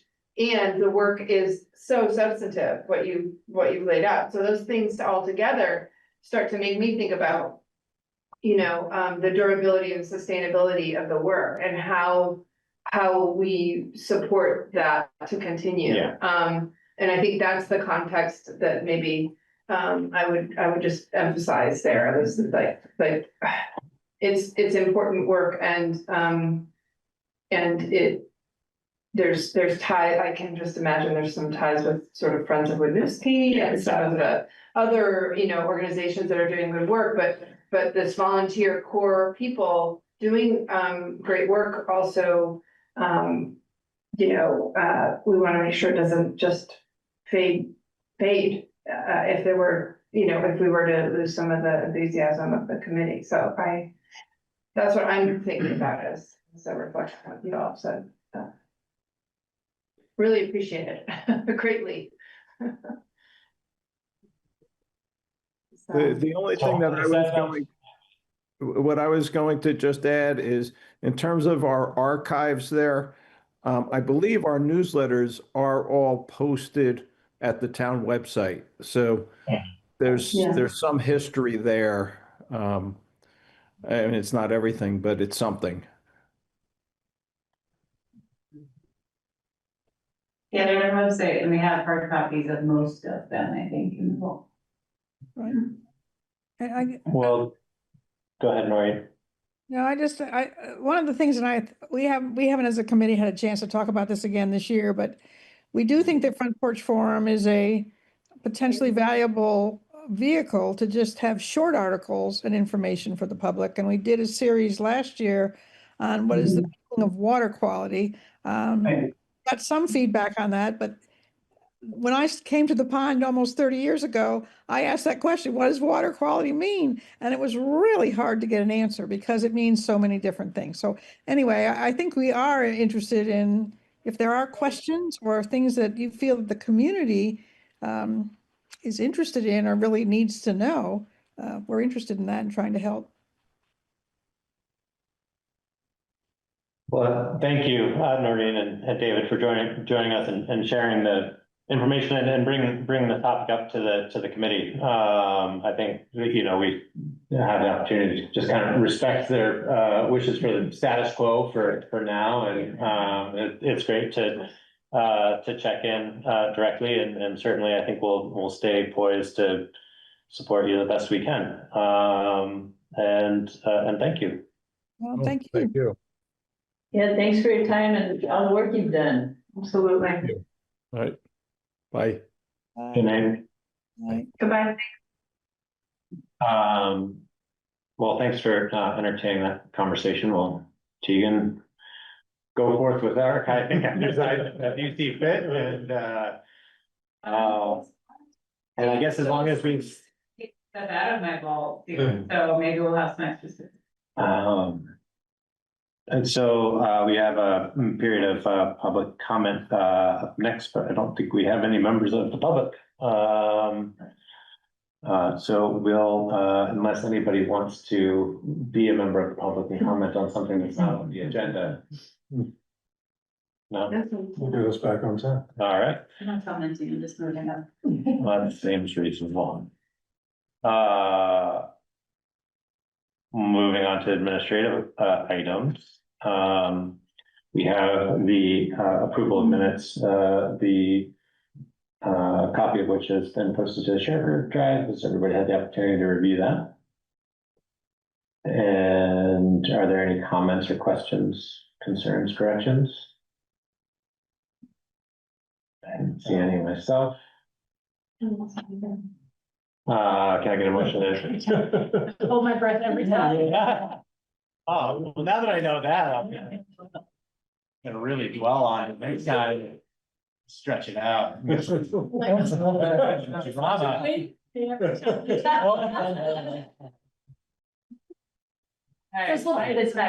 I feel like that means that we're just not doing a job. Can I get a motion to approve the October 27th select board minutes as posted? Second. All in favor? Aye. Thank you. Board orders also posted to the share drive. And it didn't look like there were any significant notes on them in today's memo. Unless that's changed. Pretty straightforward. Pretty straightforward. Can I get a motion to accept and sign the board orders as posted to the share drive? So moved. Again, all in favor? Aye. Aye. Thank you. There's a, Thanks for negotiating that down. The damn thing. Oh, was that last week? Sorry. No. Not the damn thing, the Overage on. Oh, right, yeah. The cap. Yeah, that was a productive drive to very. Yeah. Yeah, good. Well done. Employee bonuses. This is a year-end bonus that we budgeted for, relative to a $500 bonus, end of year bonus to all full-time and part-time employees. No, less the part-time, Less the part-time? wasn't it? So what we did is we Already. put $4,500 worth of bonuses in there. The idea was 500 for full timers. And there'd be a little bit of extra money, so seven full timers, there's another 1,000 in there. And we have Ed Rowell works half-time. And then there are people that work, Sheena and Toby and John McCullough who work more hours than others, but you gotta draw the line somewhere, but. I guess I would recommend certainly doing the 500 and then the 250 for Ed. Remember last year we gave Ed the trailer? Yeah. Yeah. You don't have another trailer? That was Some other rusty implement that's like, in around.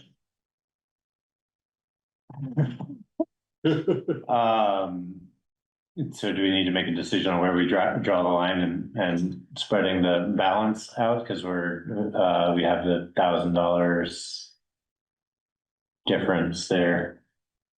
Anybody have an opinion on how or where? I'm just confusing what you're saying. Can you say that? So there's the allocation or the allocation, budget allocation was $4,500. Right. And we have 7 employees. And that was based that would bring on us to 9 employees, I guess. Well, there's just, I think there was the thought that we would do something for other people as Okay. well. Okay, So it's just a little extra. okay. Yeah, we deferred that decision making. We just made the line item for it. So there's $1,000 extra in the budget. And I don't have a specific proposal for where to draw the line and. Maybe Barbara can share some wisdom. So I have two thoughts. One is John McCullough, as both our zoning administrator and lister, puts in a lot of hours and kind of gets almost minimum pay for the hours that he does. So he's one. Dan gives out his home phone number and has told me just have anyone call, like he has no qualms about people calling him at home about these So things. I offer him as a consideration. And then Toby, not only as our assistant road commissioner and our highway grants administrator, and now he's also a lister. And so I just see his contributions as somewhat invaluable to the town. So those are two people that I'd like to recommend for consideration. And he has jumped into the lister thing head first, like he has been coming to me asking for data so we can update some things. And so he and I have been working together on some smaller projects that I've kind of had in my pipeline, but haven't gotten around to doing. And it's been nice to have someone else be like, that's a great idea. We're gonna get that done. Oh, you've already done half of it. Great. I'll do the other half. So I second that he has worked really hard since he's become a lister. So then I have John, Shanna, Ed and Toby. I think Kari's already considered Ed in there and after. Yeah. No, but Ed's part of that 1,000. Right. So the 1,000 was Yeah, added yeah. for 250, it sounded like, yeah. And then. So we have 750 left. Right, so that would be 250 for. John, Shana and Toby. So that would, with the addition of Ed. Remove myself. And I only say that because they do, like the others do significant amount of time for the town and I'm not saying that I don't, but I recognize that their efforts are vast and extreme and I'm well compensated for what I do, so. In my opinion, I'm Oh my okay. goodness. Well, there's an extra $250 if you don't. Bump up the others. Well, I mean, we Or do have put it in the others, fund. like the animal control person. Yeah, there's. I know, do we have a clear list here? I have the page of everybody open, but it's a long. Right. It's a Yeah. long Okay, one. it's like, it's been kind of a quiet year for Buffy, knock on wood, thank goodness, I love Yeah. that, it's great, but it's been kind of a quiet year for her. Look at the org chart on the back of your. Sandra would be the other person, puts in significant hours. It may trigger something. Sorry, I didn't. Here's the emergency management director. There is the emergency manager. What happens when we try to be responsible about it and. They'll be precise next year. The emergency management director. Yeah.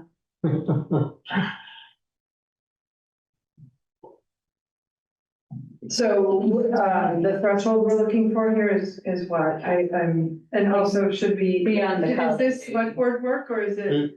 Yeah, I'm saying yeah. this to Right. Kari. Why don't I come back with a more precise proposal next time? That would be lovely. I just feel, I feel like it's getting a I little. know. You shouldn't make this kind of decision on the spot. Yeah, and after this year, we won't do it anymore. Well, no, I'm Oh, take that. Hey, people. We'll all be volunteers a year from now, so. New contract, Right. we will have a new contract. And so it'll be different, whatever it is. Yeah, but that contract won't cover other full-time staff, so we'd still have to budget for it. Right, so the big chunk, yeah, we'll have to do something, but it will be different, because my only point, thank you. Yes, okay. Don't put that. All about.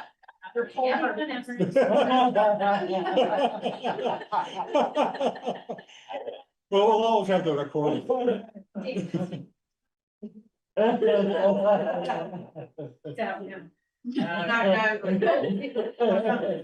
We'll table that very controversial budgeted item, to next time. On that note, let's move to a staffing conversation. So this is, an ongoing dialogue, about, staffing and budgeting associated with roles. So, there is a office staffing, section or folder, posted to Share Drive, where we've got, Calais Town Administrator, job description, which Kari, added into the folder, as well as an update from Tegan on hourly breakdown of critical tasks, which is very helpful. Thank you, for doing that. And then, Kari, added a role analysis, broken up by town administrator, road commissioner, and treasurer roles with key functions and hourly estimates. And by my math, that put those three roles somewhere around 70 hours a week. So we've got 90. So we've got some dialogue to have. Did I do math badly on that? No. Annual. I'm guessing that's probably about right. And if it's not 70 hours a week, then it's just the core proficiency. But I know some of mine were annual and some of mine were weekly. Yeah. I think yours were too. All right. I tried to do annual with this one. So It's for annual hours. you did a really more detailed version like I did for treasurer Yeah. last time. Yeah. Because that was the model I was Yeah. working with, and so I And, took. and mine is like, I see it as like the next level up. Like I actually took those treasurer and aggregated them into Yeah. categories. Mhm. But then it was also looking at the other roles. And there's all kinds of assumptions and those are estimates because I don't have Definitely. detailed one, but it gives you a sense. And then I also added in the grants administrator position, what Toby does, and the delinquent tax collector. You know, just consider those because those functions could be combined or they could be delegated to another person. They're kind of fluid, but they're related, you know? So anyway, and that was more based on the discussion that Barbara and Jordan and I had about just sort of thinking about these as discrete units that we choose to combine in this way right now, but they could be combined in other They ways. don't always have to be that way, yeah. I also think like, and I appreciate that you added in relative to those responsibilities under each of those titles or roles, some salary information associated with that, because I think that so there's two parts of this. One is trying to document the stuff for contingency continuity planning, and just starting to wrap our heads around the scope of work that everybody's doing, but also taking a much finer and more refined look at compensation rates for folks who are performing these tasks that seem to sometimes also spread across multiple formally defined roles within the town. So I think maybe we'll start with Tegan's and see if there's any particular lines of discussion over what she's got prepared as a breakdown of her roles and One responsibilities. comment I want to make is we have Barbara's job description that she prepared last spring.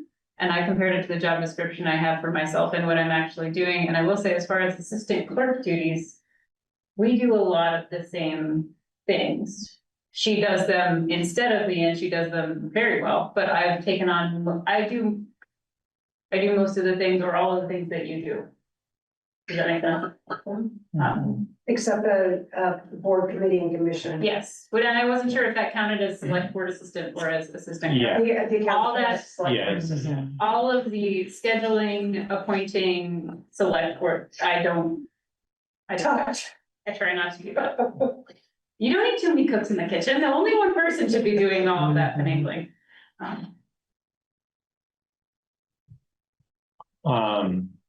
In doing this, Yes. what, were there any surprises that you came across or?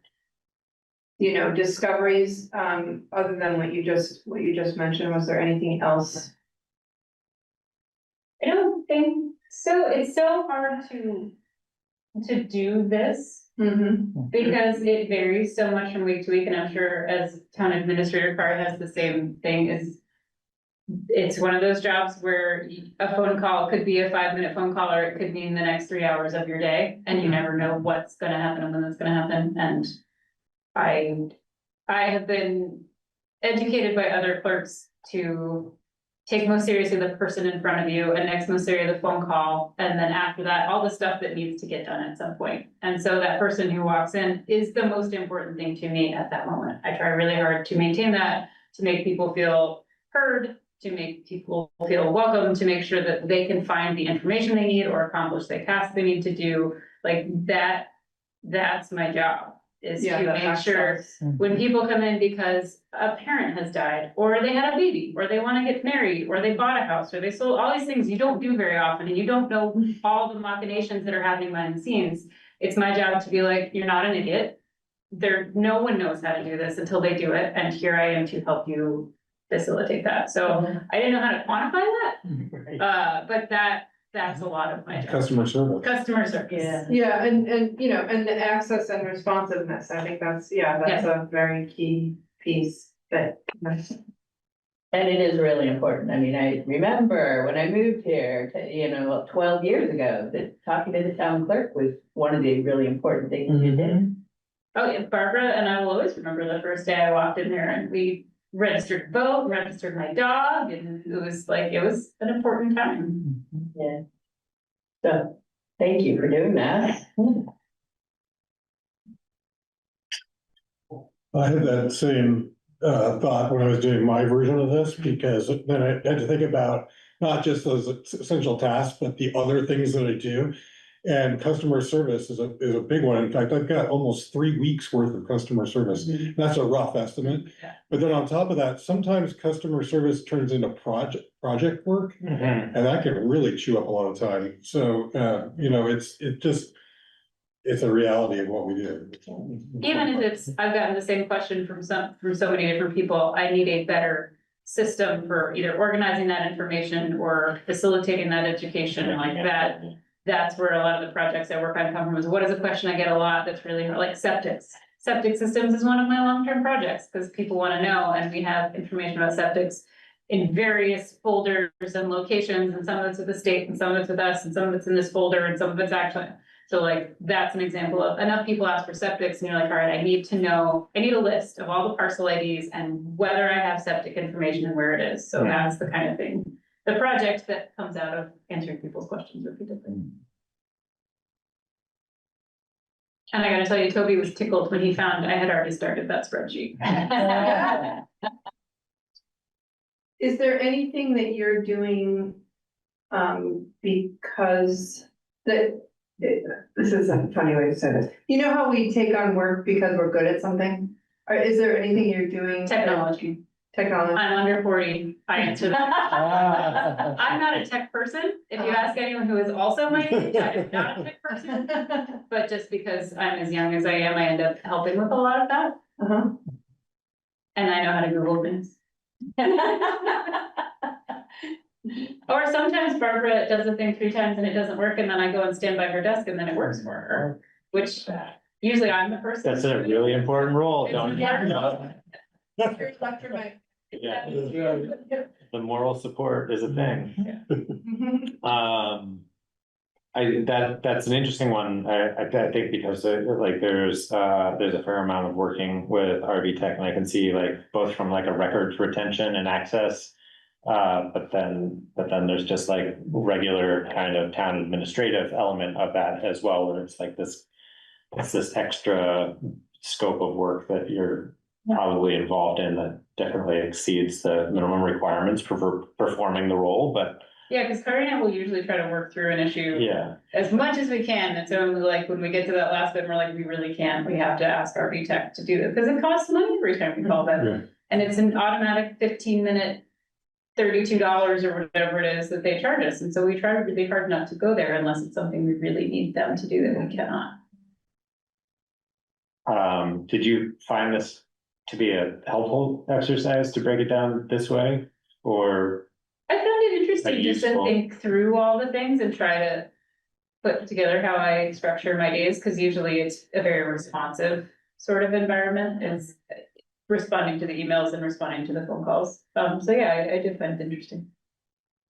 Have you seen the role analysis that Kari did for the town administrator, road I commissioner? did not, I didn't get a chance to look at it. I didn't have access to it though.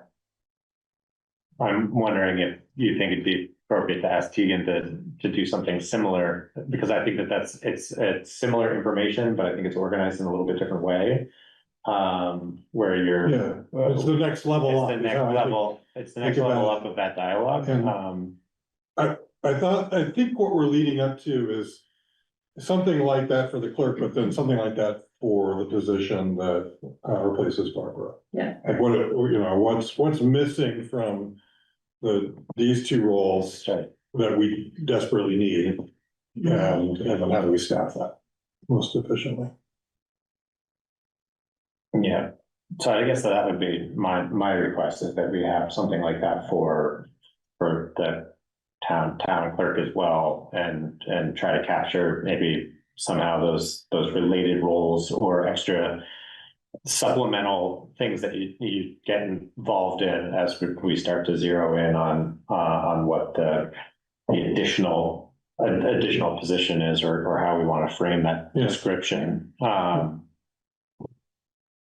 Before we start going to the community asking and fund it. I think that it's going to in part come from looking at the role analysis that Kari provided and a role analysis that Tegan provided, and trying to put salary expectations around those. And as we break things apart and reorganize them relative to the point in time, the people that we have in the office and who we'd like to hire to make up those, make up any deficit that we have, or reallocate those things so that we can free up bandwidth. That's been a huge part of this conversation as well. Yeah, and be thinking with this next hire about which of these functions could they take on in the future if things work out. That's what I mean by like this, like planning for future delegation and growth. At least having that flexibility, but that's just a way of organizing our thinking. So anyway, I'm hoping that we can get to the point where we have a job description and can start recruiting in, say, January. I think that would be good to just keep moving forward. I think that's definitely doable. Great. Well, thanks for putting the time into that, Tegan.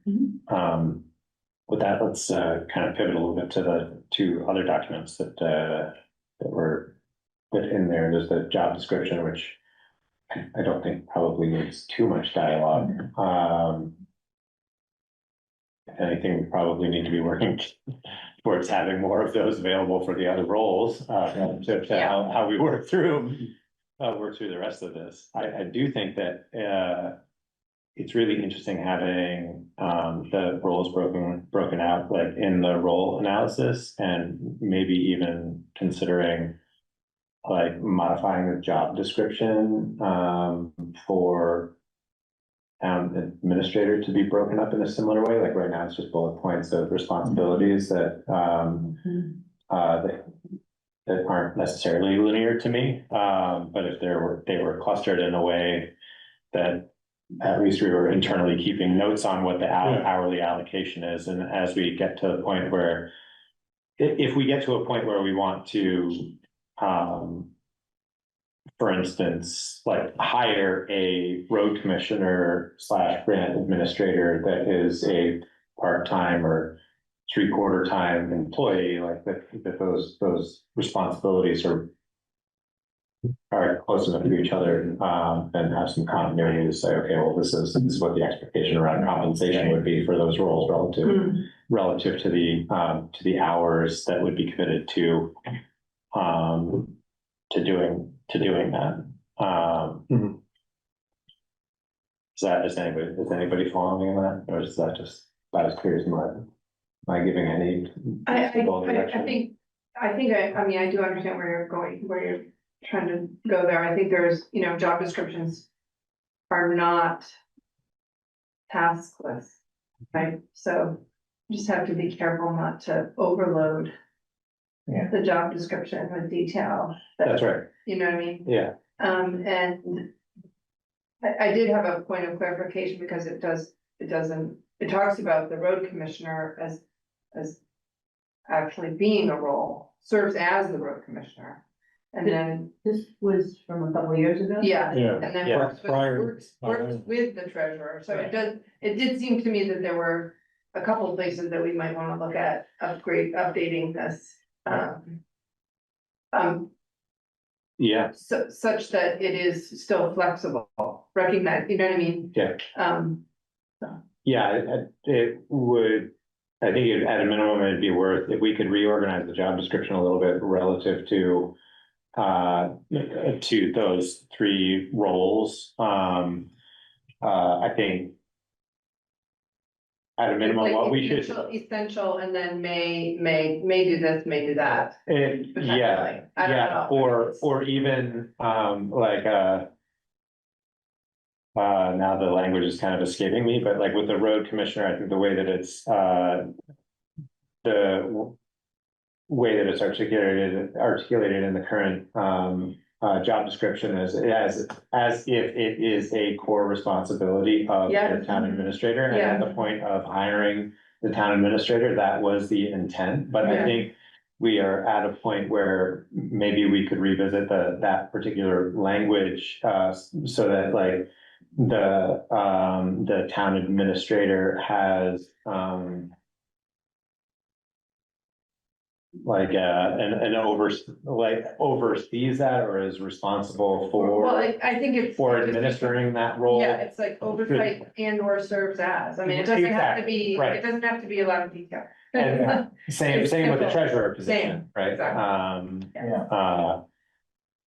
Right, So I'll put it on my list to draft an update. Cause we know a lot more about the role now, than about someone in it for 2 years. Right, thank you.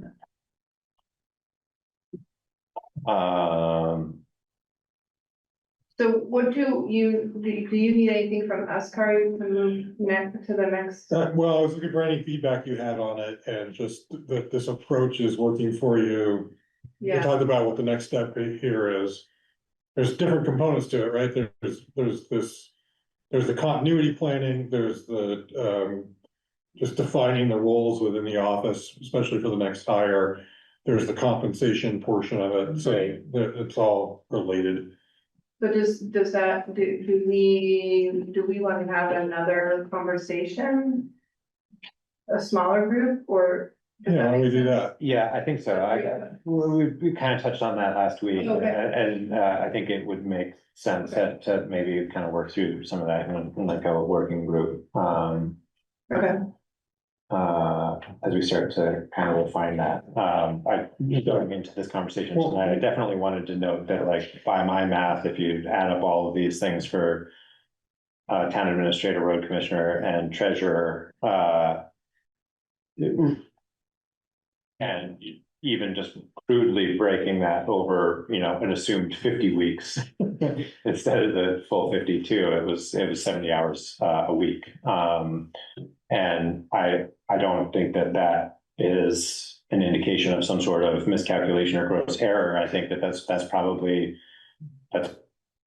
probably a pretty realistic or conservative range. 2,000 a year? 2080 is the normal. 2,080 for the year. 2080 is the I think you're normal. including those numbers in that. I was including the totals, the subtotals, Yeah.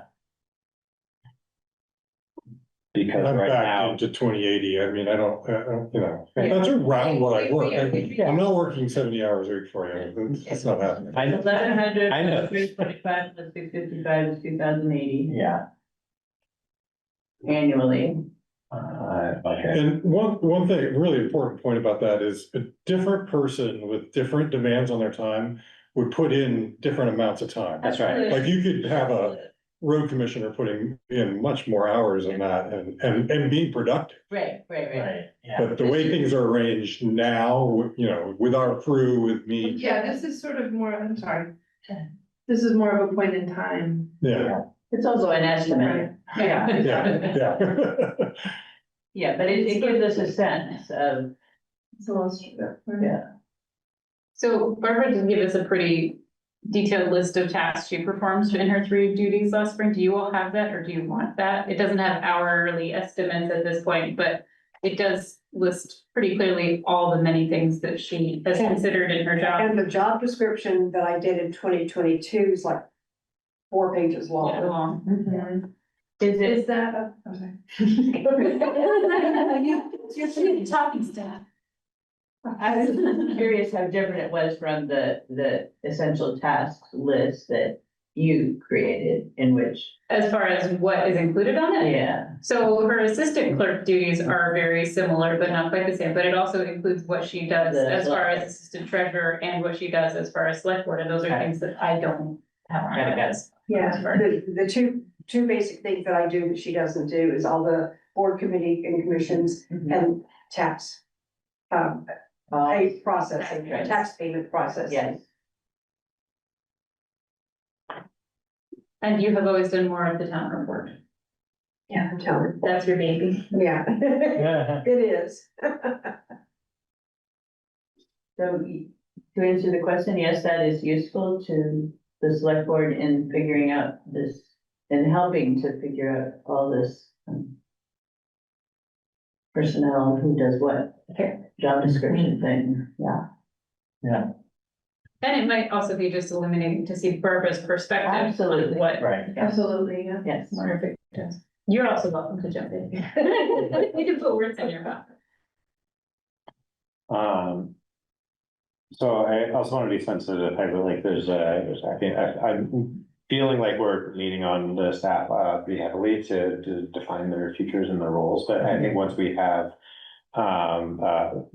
critical mass of information, we're gonna need to schedule an executive session on either the next meeting or the following meeting to work through some select board dialogue, you know, without the staff, if that sounds appropriate. It might be a little early to think that that'll be the next meeting, but let's just see how soon we can kind of work through the kind of work group dialogues and the next steps for job descriptions that you guys work through, and try to get getting that on at the latest 2 meetings from now. Yeah. All right. Does that sound like a good enough dialogue for that? Fair enough instruction. Great. Well, thank you everybody for the time that you're putting into that. Appreciate it. Thank you.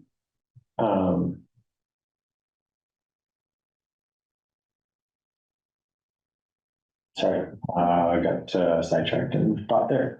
So next up, we have the conversation about the mailing of the town reports. So we are having a little bit of dialogue on this during our agenda planning meeting, and there could be a notable savings if we make a change to how we're distributing our town reports. Right now, we have them printed and distributed to households. And so there's a fairly significant mailing fee associated with that. to make a change, though, we would have to have a vote for town meeting. And my anecdotal kind of position on this is like, whether we decide to mail them or not mail them, it seems like at the very least, we need to maybe put ourselves in a more flexible position around how we make a decision about distributing these. And right now we can't make a change without bringing it as a warrant item for folks to vote on in town meeting. There was some statutory homework I think that Tegan was gonna look into on what our obligations are for like equitable access to the town report, but also she and Barbara did some analysis on other communities who have made that switch. And there's definitely a notable savings in the mailing, but also in the printing, just because right now we're printing enough to have the extras as well as facilitate the household mailings. And so at the surface level, it seems like there's opportunity to roll back the amount of actual pieces that we're having printed, because not everybody is holding on to them as diligently as we are. I know. I was, when Barbara said that she finds them in the garbage, I was like, And I said recycling. Recycling. Well, at least they're recycling. So, go ahead. I was just gonna. What do what's the best case scenario based on what you? Well, so I think we have a couple options here. Another way, if we just set this discussion aside for just a quick second, another way to save money is to not make our town report so fulsome. We put a lot of pages in there doing the Conservation Commission report, the Trails Committee report, and the Central Vermont Solid Waste District Management report. We could cut back on a lot of the reports that are in there, but what I hear, people like to read them. That seems more controversial than deciding that. So then the other option, which is on the agenda, is to stop mailing them to all households. So Tegan knows the numbers, I think, by heart. So I'll leave it to her to quote them. But if we had a warning on town meeting that was not specific to shall Calais voters approve to stop mailing town reports, but just say gives the select board the option on how to distribute town reports. What we were thinking and what seems to be successful in other towns is that if it goes to the voters and if they approve to let us change the process, that the first year would probably, which would be a year away from now, would be probably to print as many, even if you're not gonna mail them, still print them at the quantity that we have or close to it, and make them available all around town, all the stores, all the post offices, the Maple Corner Community Center, Adamant Community Club, the East Calais Rec Club, the Town Hall, all these different public places have a stash available. You can pick it up anywhere in town. Of course, the digital copy would be on the website. And so until we find out just how many people really stop and pick one up and how quickly we go through them, we would have enough the first year to make sure that there was plenty and it didn't just run out and then people got mad. But we'd see how many did get used. And then the next year, calculate how many you could cut it back by the following year. So it would be like a 2 or 3 probably year transition time of. That's a sweet spot. Yeah, to see how many you would actually. Yeah, that makes sense. Statutorily, there are other things we would need to do to make sure that everyone was exposed to the town meeting warning and to the actual audit, the budgetary, because those are the things that people are legally required to see in town. Some people. Unless town meeting, we say, we get a postcard instead or something. No, there's certain things that we have to either put in the newspaper or mail to everybody. Like it's just been newspaper and posted in various places around town. It just becomes a little more complicated. It's not impossible One town I found that I really liked this idea, they have someone who prints sort of a cheap newsprint version of the budget and the warning and send that to everybody. And they do it through a house that does the media mail, and they said that that doesn't cost them much. That's also a really small town though, so I don't know how the numbers match out. But so there are other ways to do it, but there are things we would have to, it wouldn't be entirely without cost. There are other things we would have to do that would add up to hundreds of dollars probably. Yeah, I'm sorry, I just want to make sure I understand. Because you're saying the statute requires us to send the auditor's report and the warning, right? Or to But make them we available. have- I believe there are ways that we could post them in the newspaper and around town. Right, because the language in this memo that came from Garrett at VLCT would let us mail a postcard instead of mailing or otherwise distributing the report. So. I haven't seen the postcard, but that's entirely possible. Garrett is an attorney and I am not, so he would Yeah, ask. so it's only okay if the voters approve it at town meeting. Yeah, we can't take any steps until they approve it anyway. Right. So it wouldn't be till the next year that we would be making that change.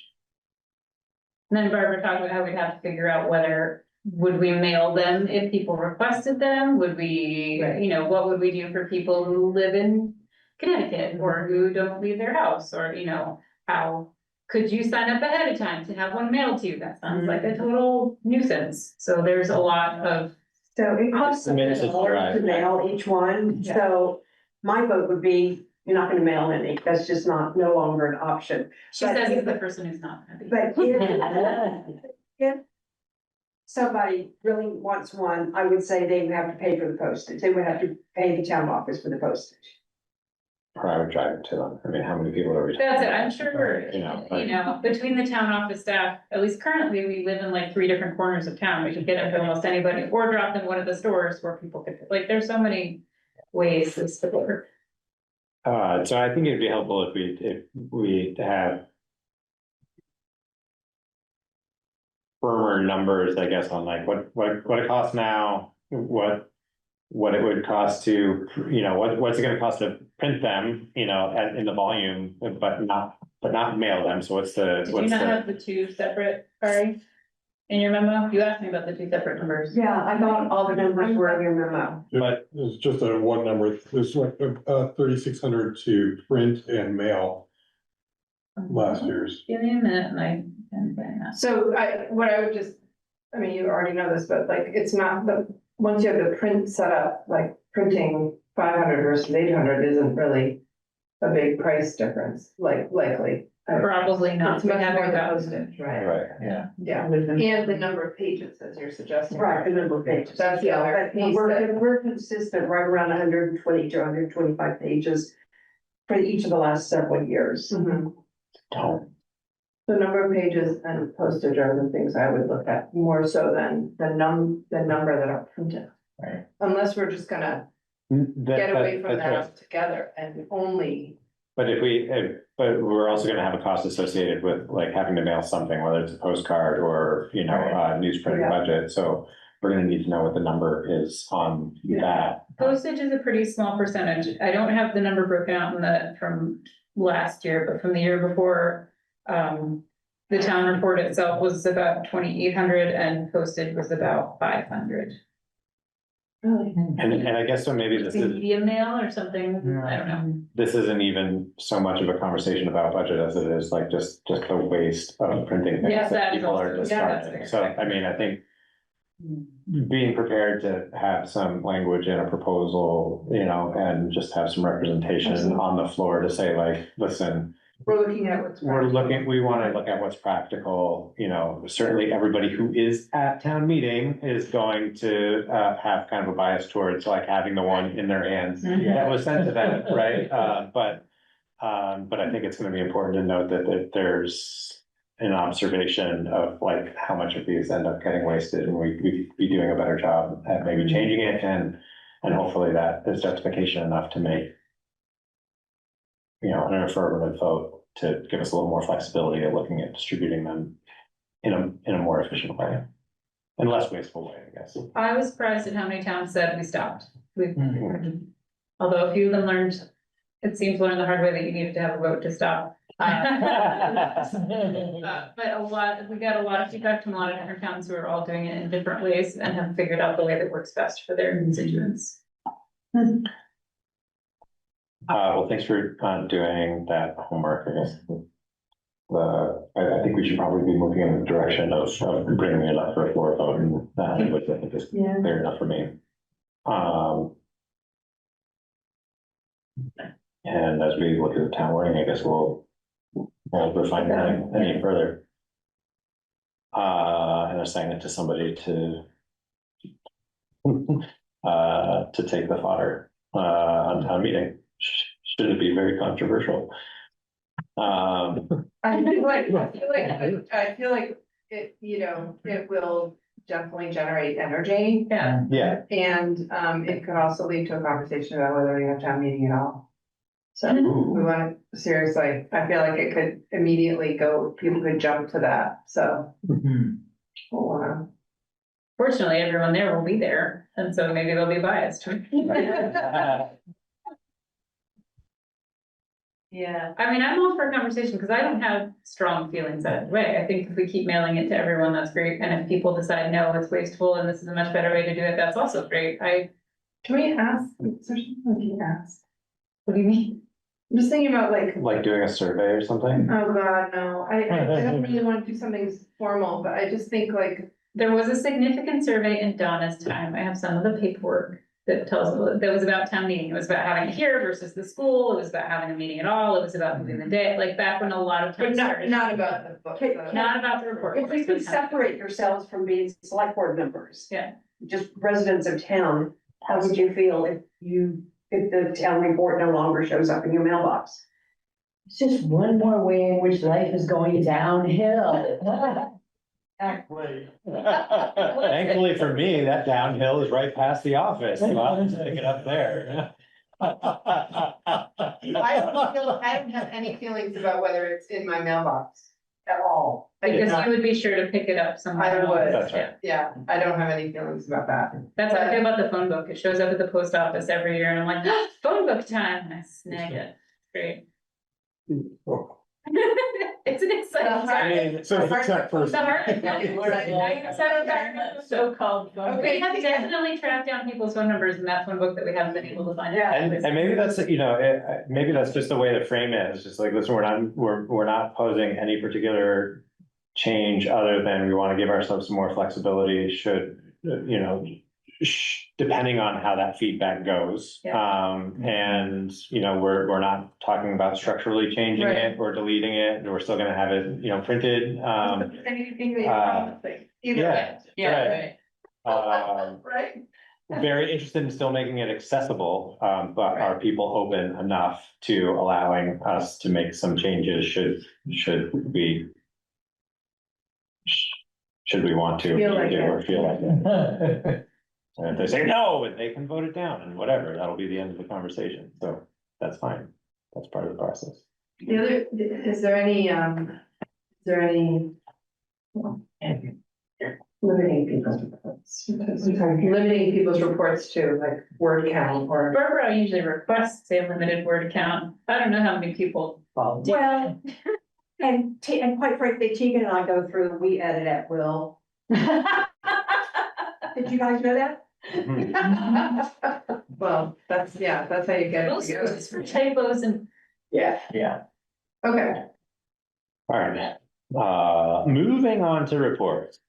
Tegan, do you have any updates on anything? I believe you were in on this email, but the WCUSD school board is gonna ask towns to send ballots to everybody for the town meeting budget vote again this year. They have very strong feelings about that, evidence from David Delfort's article in the Times Argus.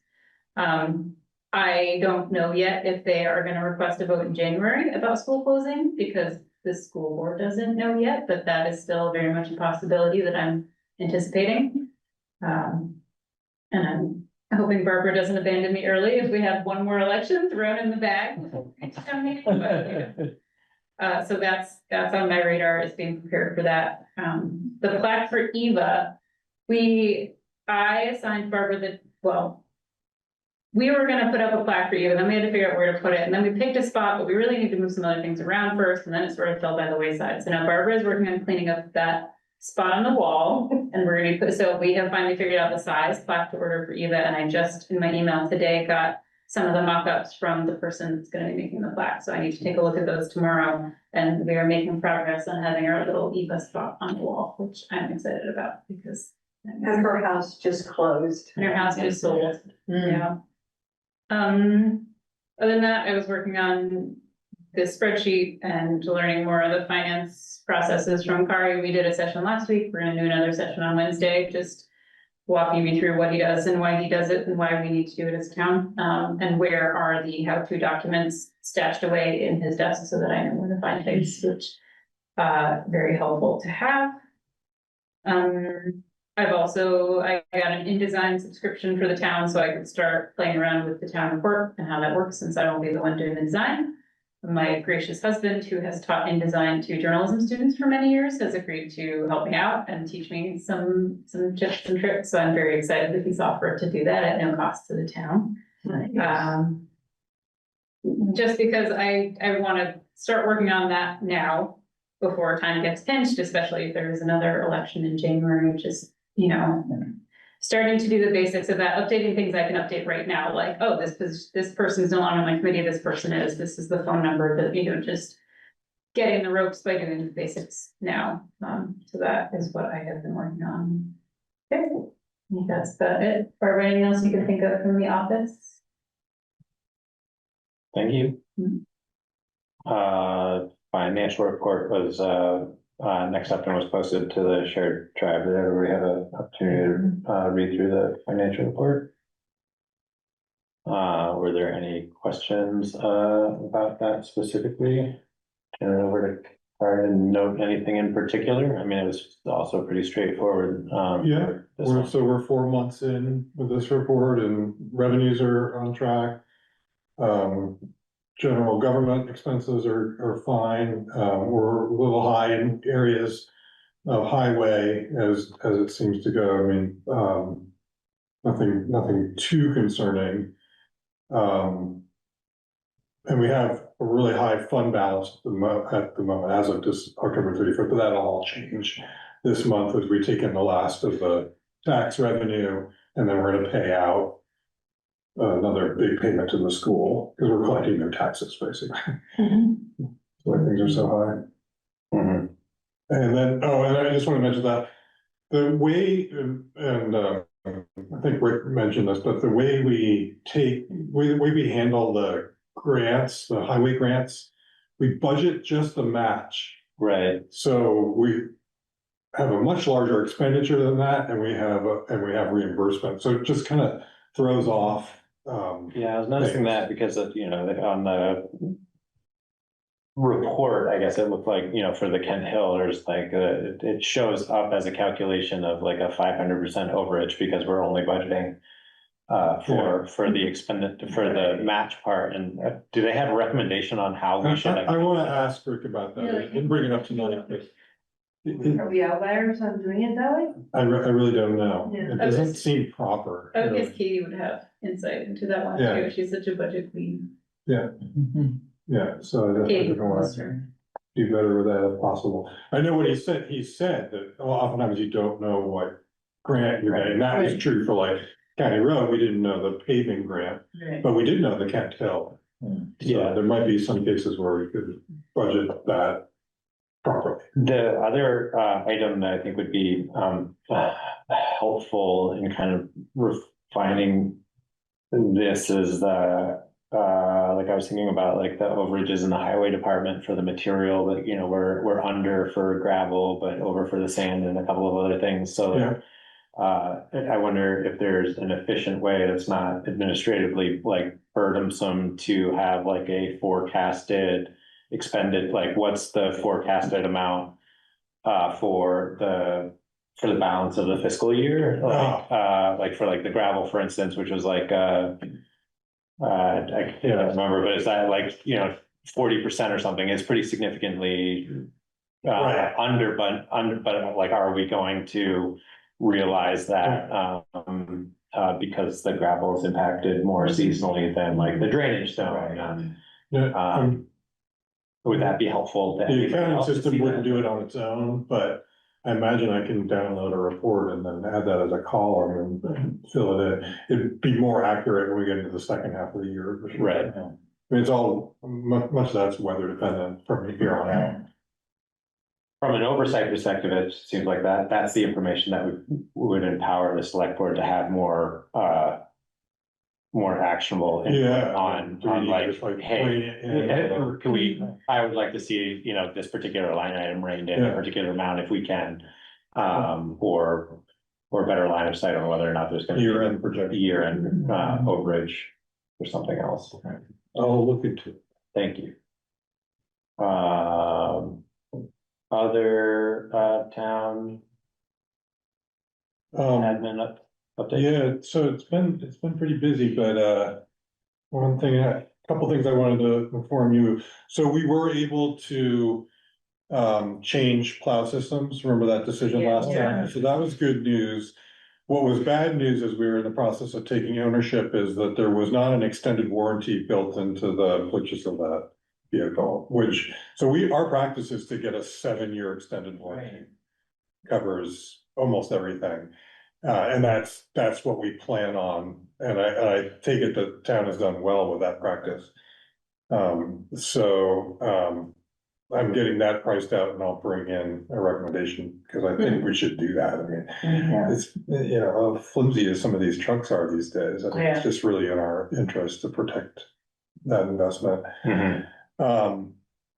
So there is that, and, I wanted to thank Barbara for all her work in her final tax season. She processed almost every single payment that we received. It's a lot. She does it really accurately. And with a smile. And with good grace. I've actually never made a mistake. And I wanted to mention 2 sort of optional meetings, the planning commission. I don't know if you saw my notes, I went to their meeting. Yeah. So they're planning, they're getting to the end of their process to re-up the town plan. And they're going to invite the public, and specifically the select board and the conservation commission, to their next meeting on the 2nd. And they're gonna have draft goals, and take input. And I made sure to ask, will the select board have another chance to comment before you bring them your final draft? And Jared said yes. But this seemed like, this is designed to please give us your input. And then the East Montpelier Fire Department interlocal meeting is on the 11th. And if you're only gonna go to one fire department meeting, that's the one. Because the budget is on the table, and plus there's new leadership. Yeah. Do you need a quorum at that time? I'm not able to be there. If there's a quorum, we'll warn it. Or we might warn it anyway. I think we might just warn, I think we generally just warn it, Yeah. by default, and then that, covers everybody's bases. There isn't likely going to be, any like business conducted other than a review of their budget. They did commit to trying to share with us a preliminary, budget, prior to that, which is great. That's a step forward from, and Kari and I, as I mentioned before, met with, them a little more informally last week, and did also touch on kind of the budgeting process a little bit to provide some feedback on that for the new leadership. And they were very open to looking at modifying their budgeting process a little bit so that we have a little more, advanced line of sight on their annual budgeting process. So I think that there's gonna be some pretty good, meaningful dialogue at that meeting. So anybody who can attend, I think that would be. When is that? Great, that's, the 11th, is that right? Yeah, Yeah, the 11th, it's a Thursday at like 7 PM, and Zoom is an option. I think they'll have their audit and they'll have statistics and. I'm sorry about it, but I haven't. That's okay. no, it's okay. We'll take notes. Yeah, so that was that. All right. Right. So the next agenda item is the possible executive session or likely executive session to review the labor contract and get an update on negotiations with the possible action following that to be the approval of the highway department labor contract. So that being said, happy to dismiss everyone except for Kari and select board members. And we'll take notes on our entering and exiting of executive session. Who's gonna do the motion to enter executive session? Yeah, who's gonna do the motion? I would like. Move to, enter executive session under, oh, sorry, you have to do it under the whole whoozy. Well, it's okay. You were doing great. I mean, I forgot the language, under one VSA 3131B, labor relations agreements with employees. Second.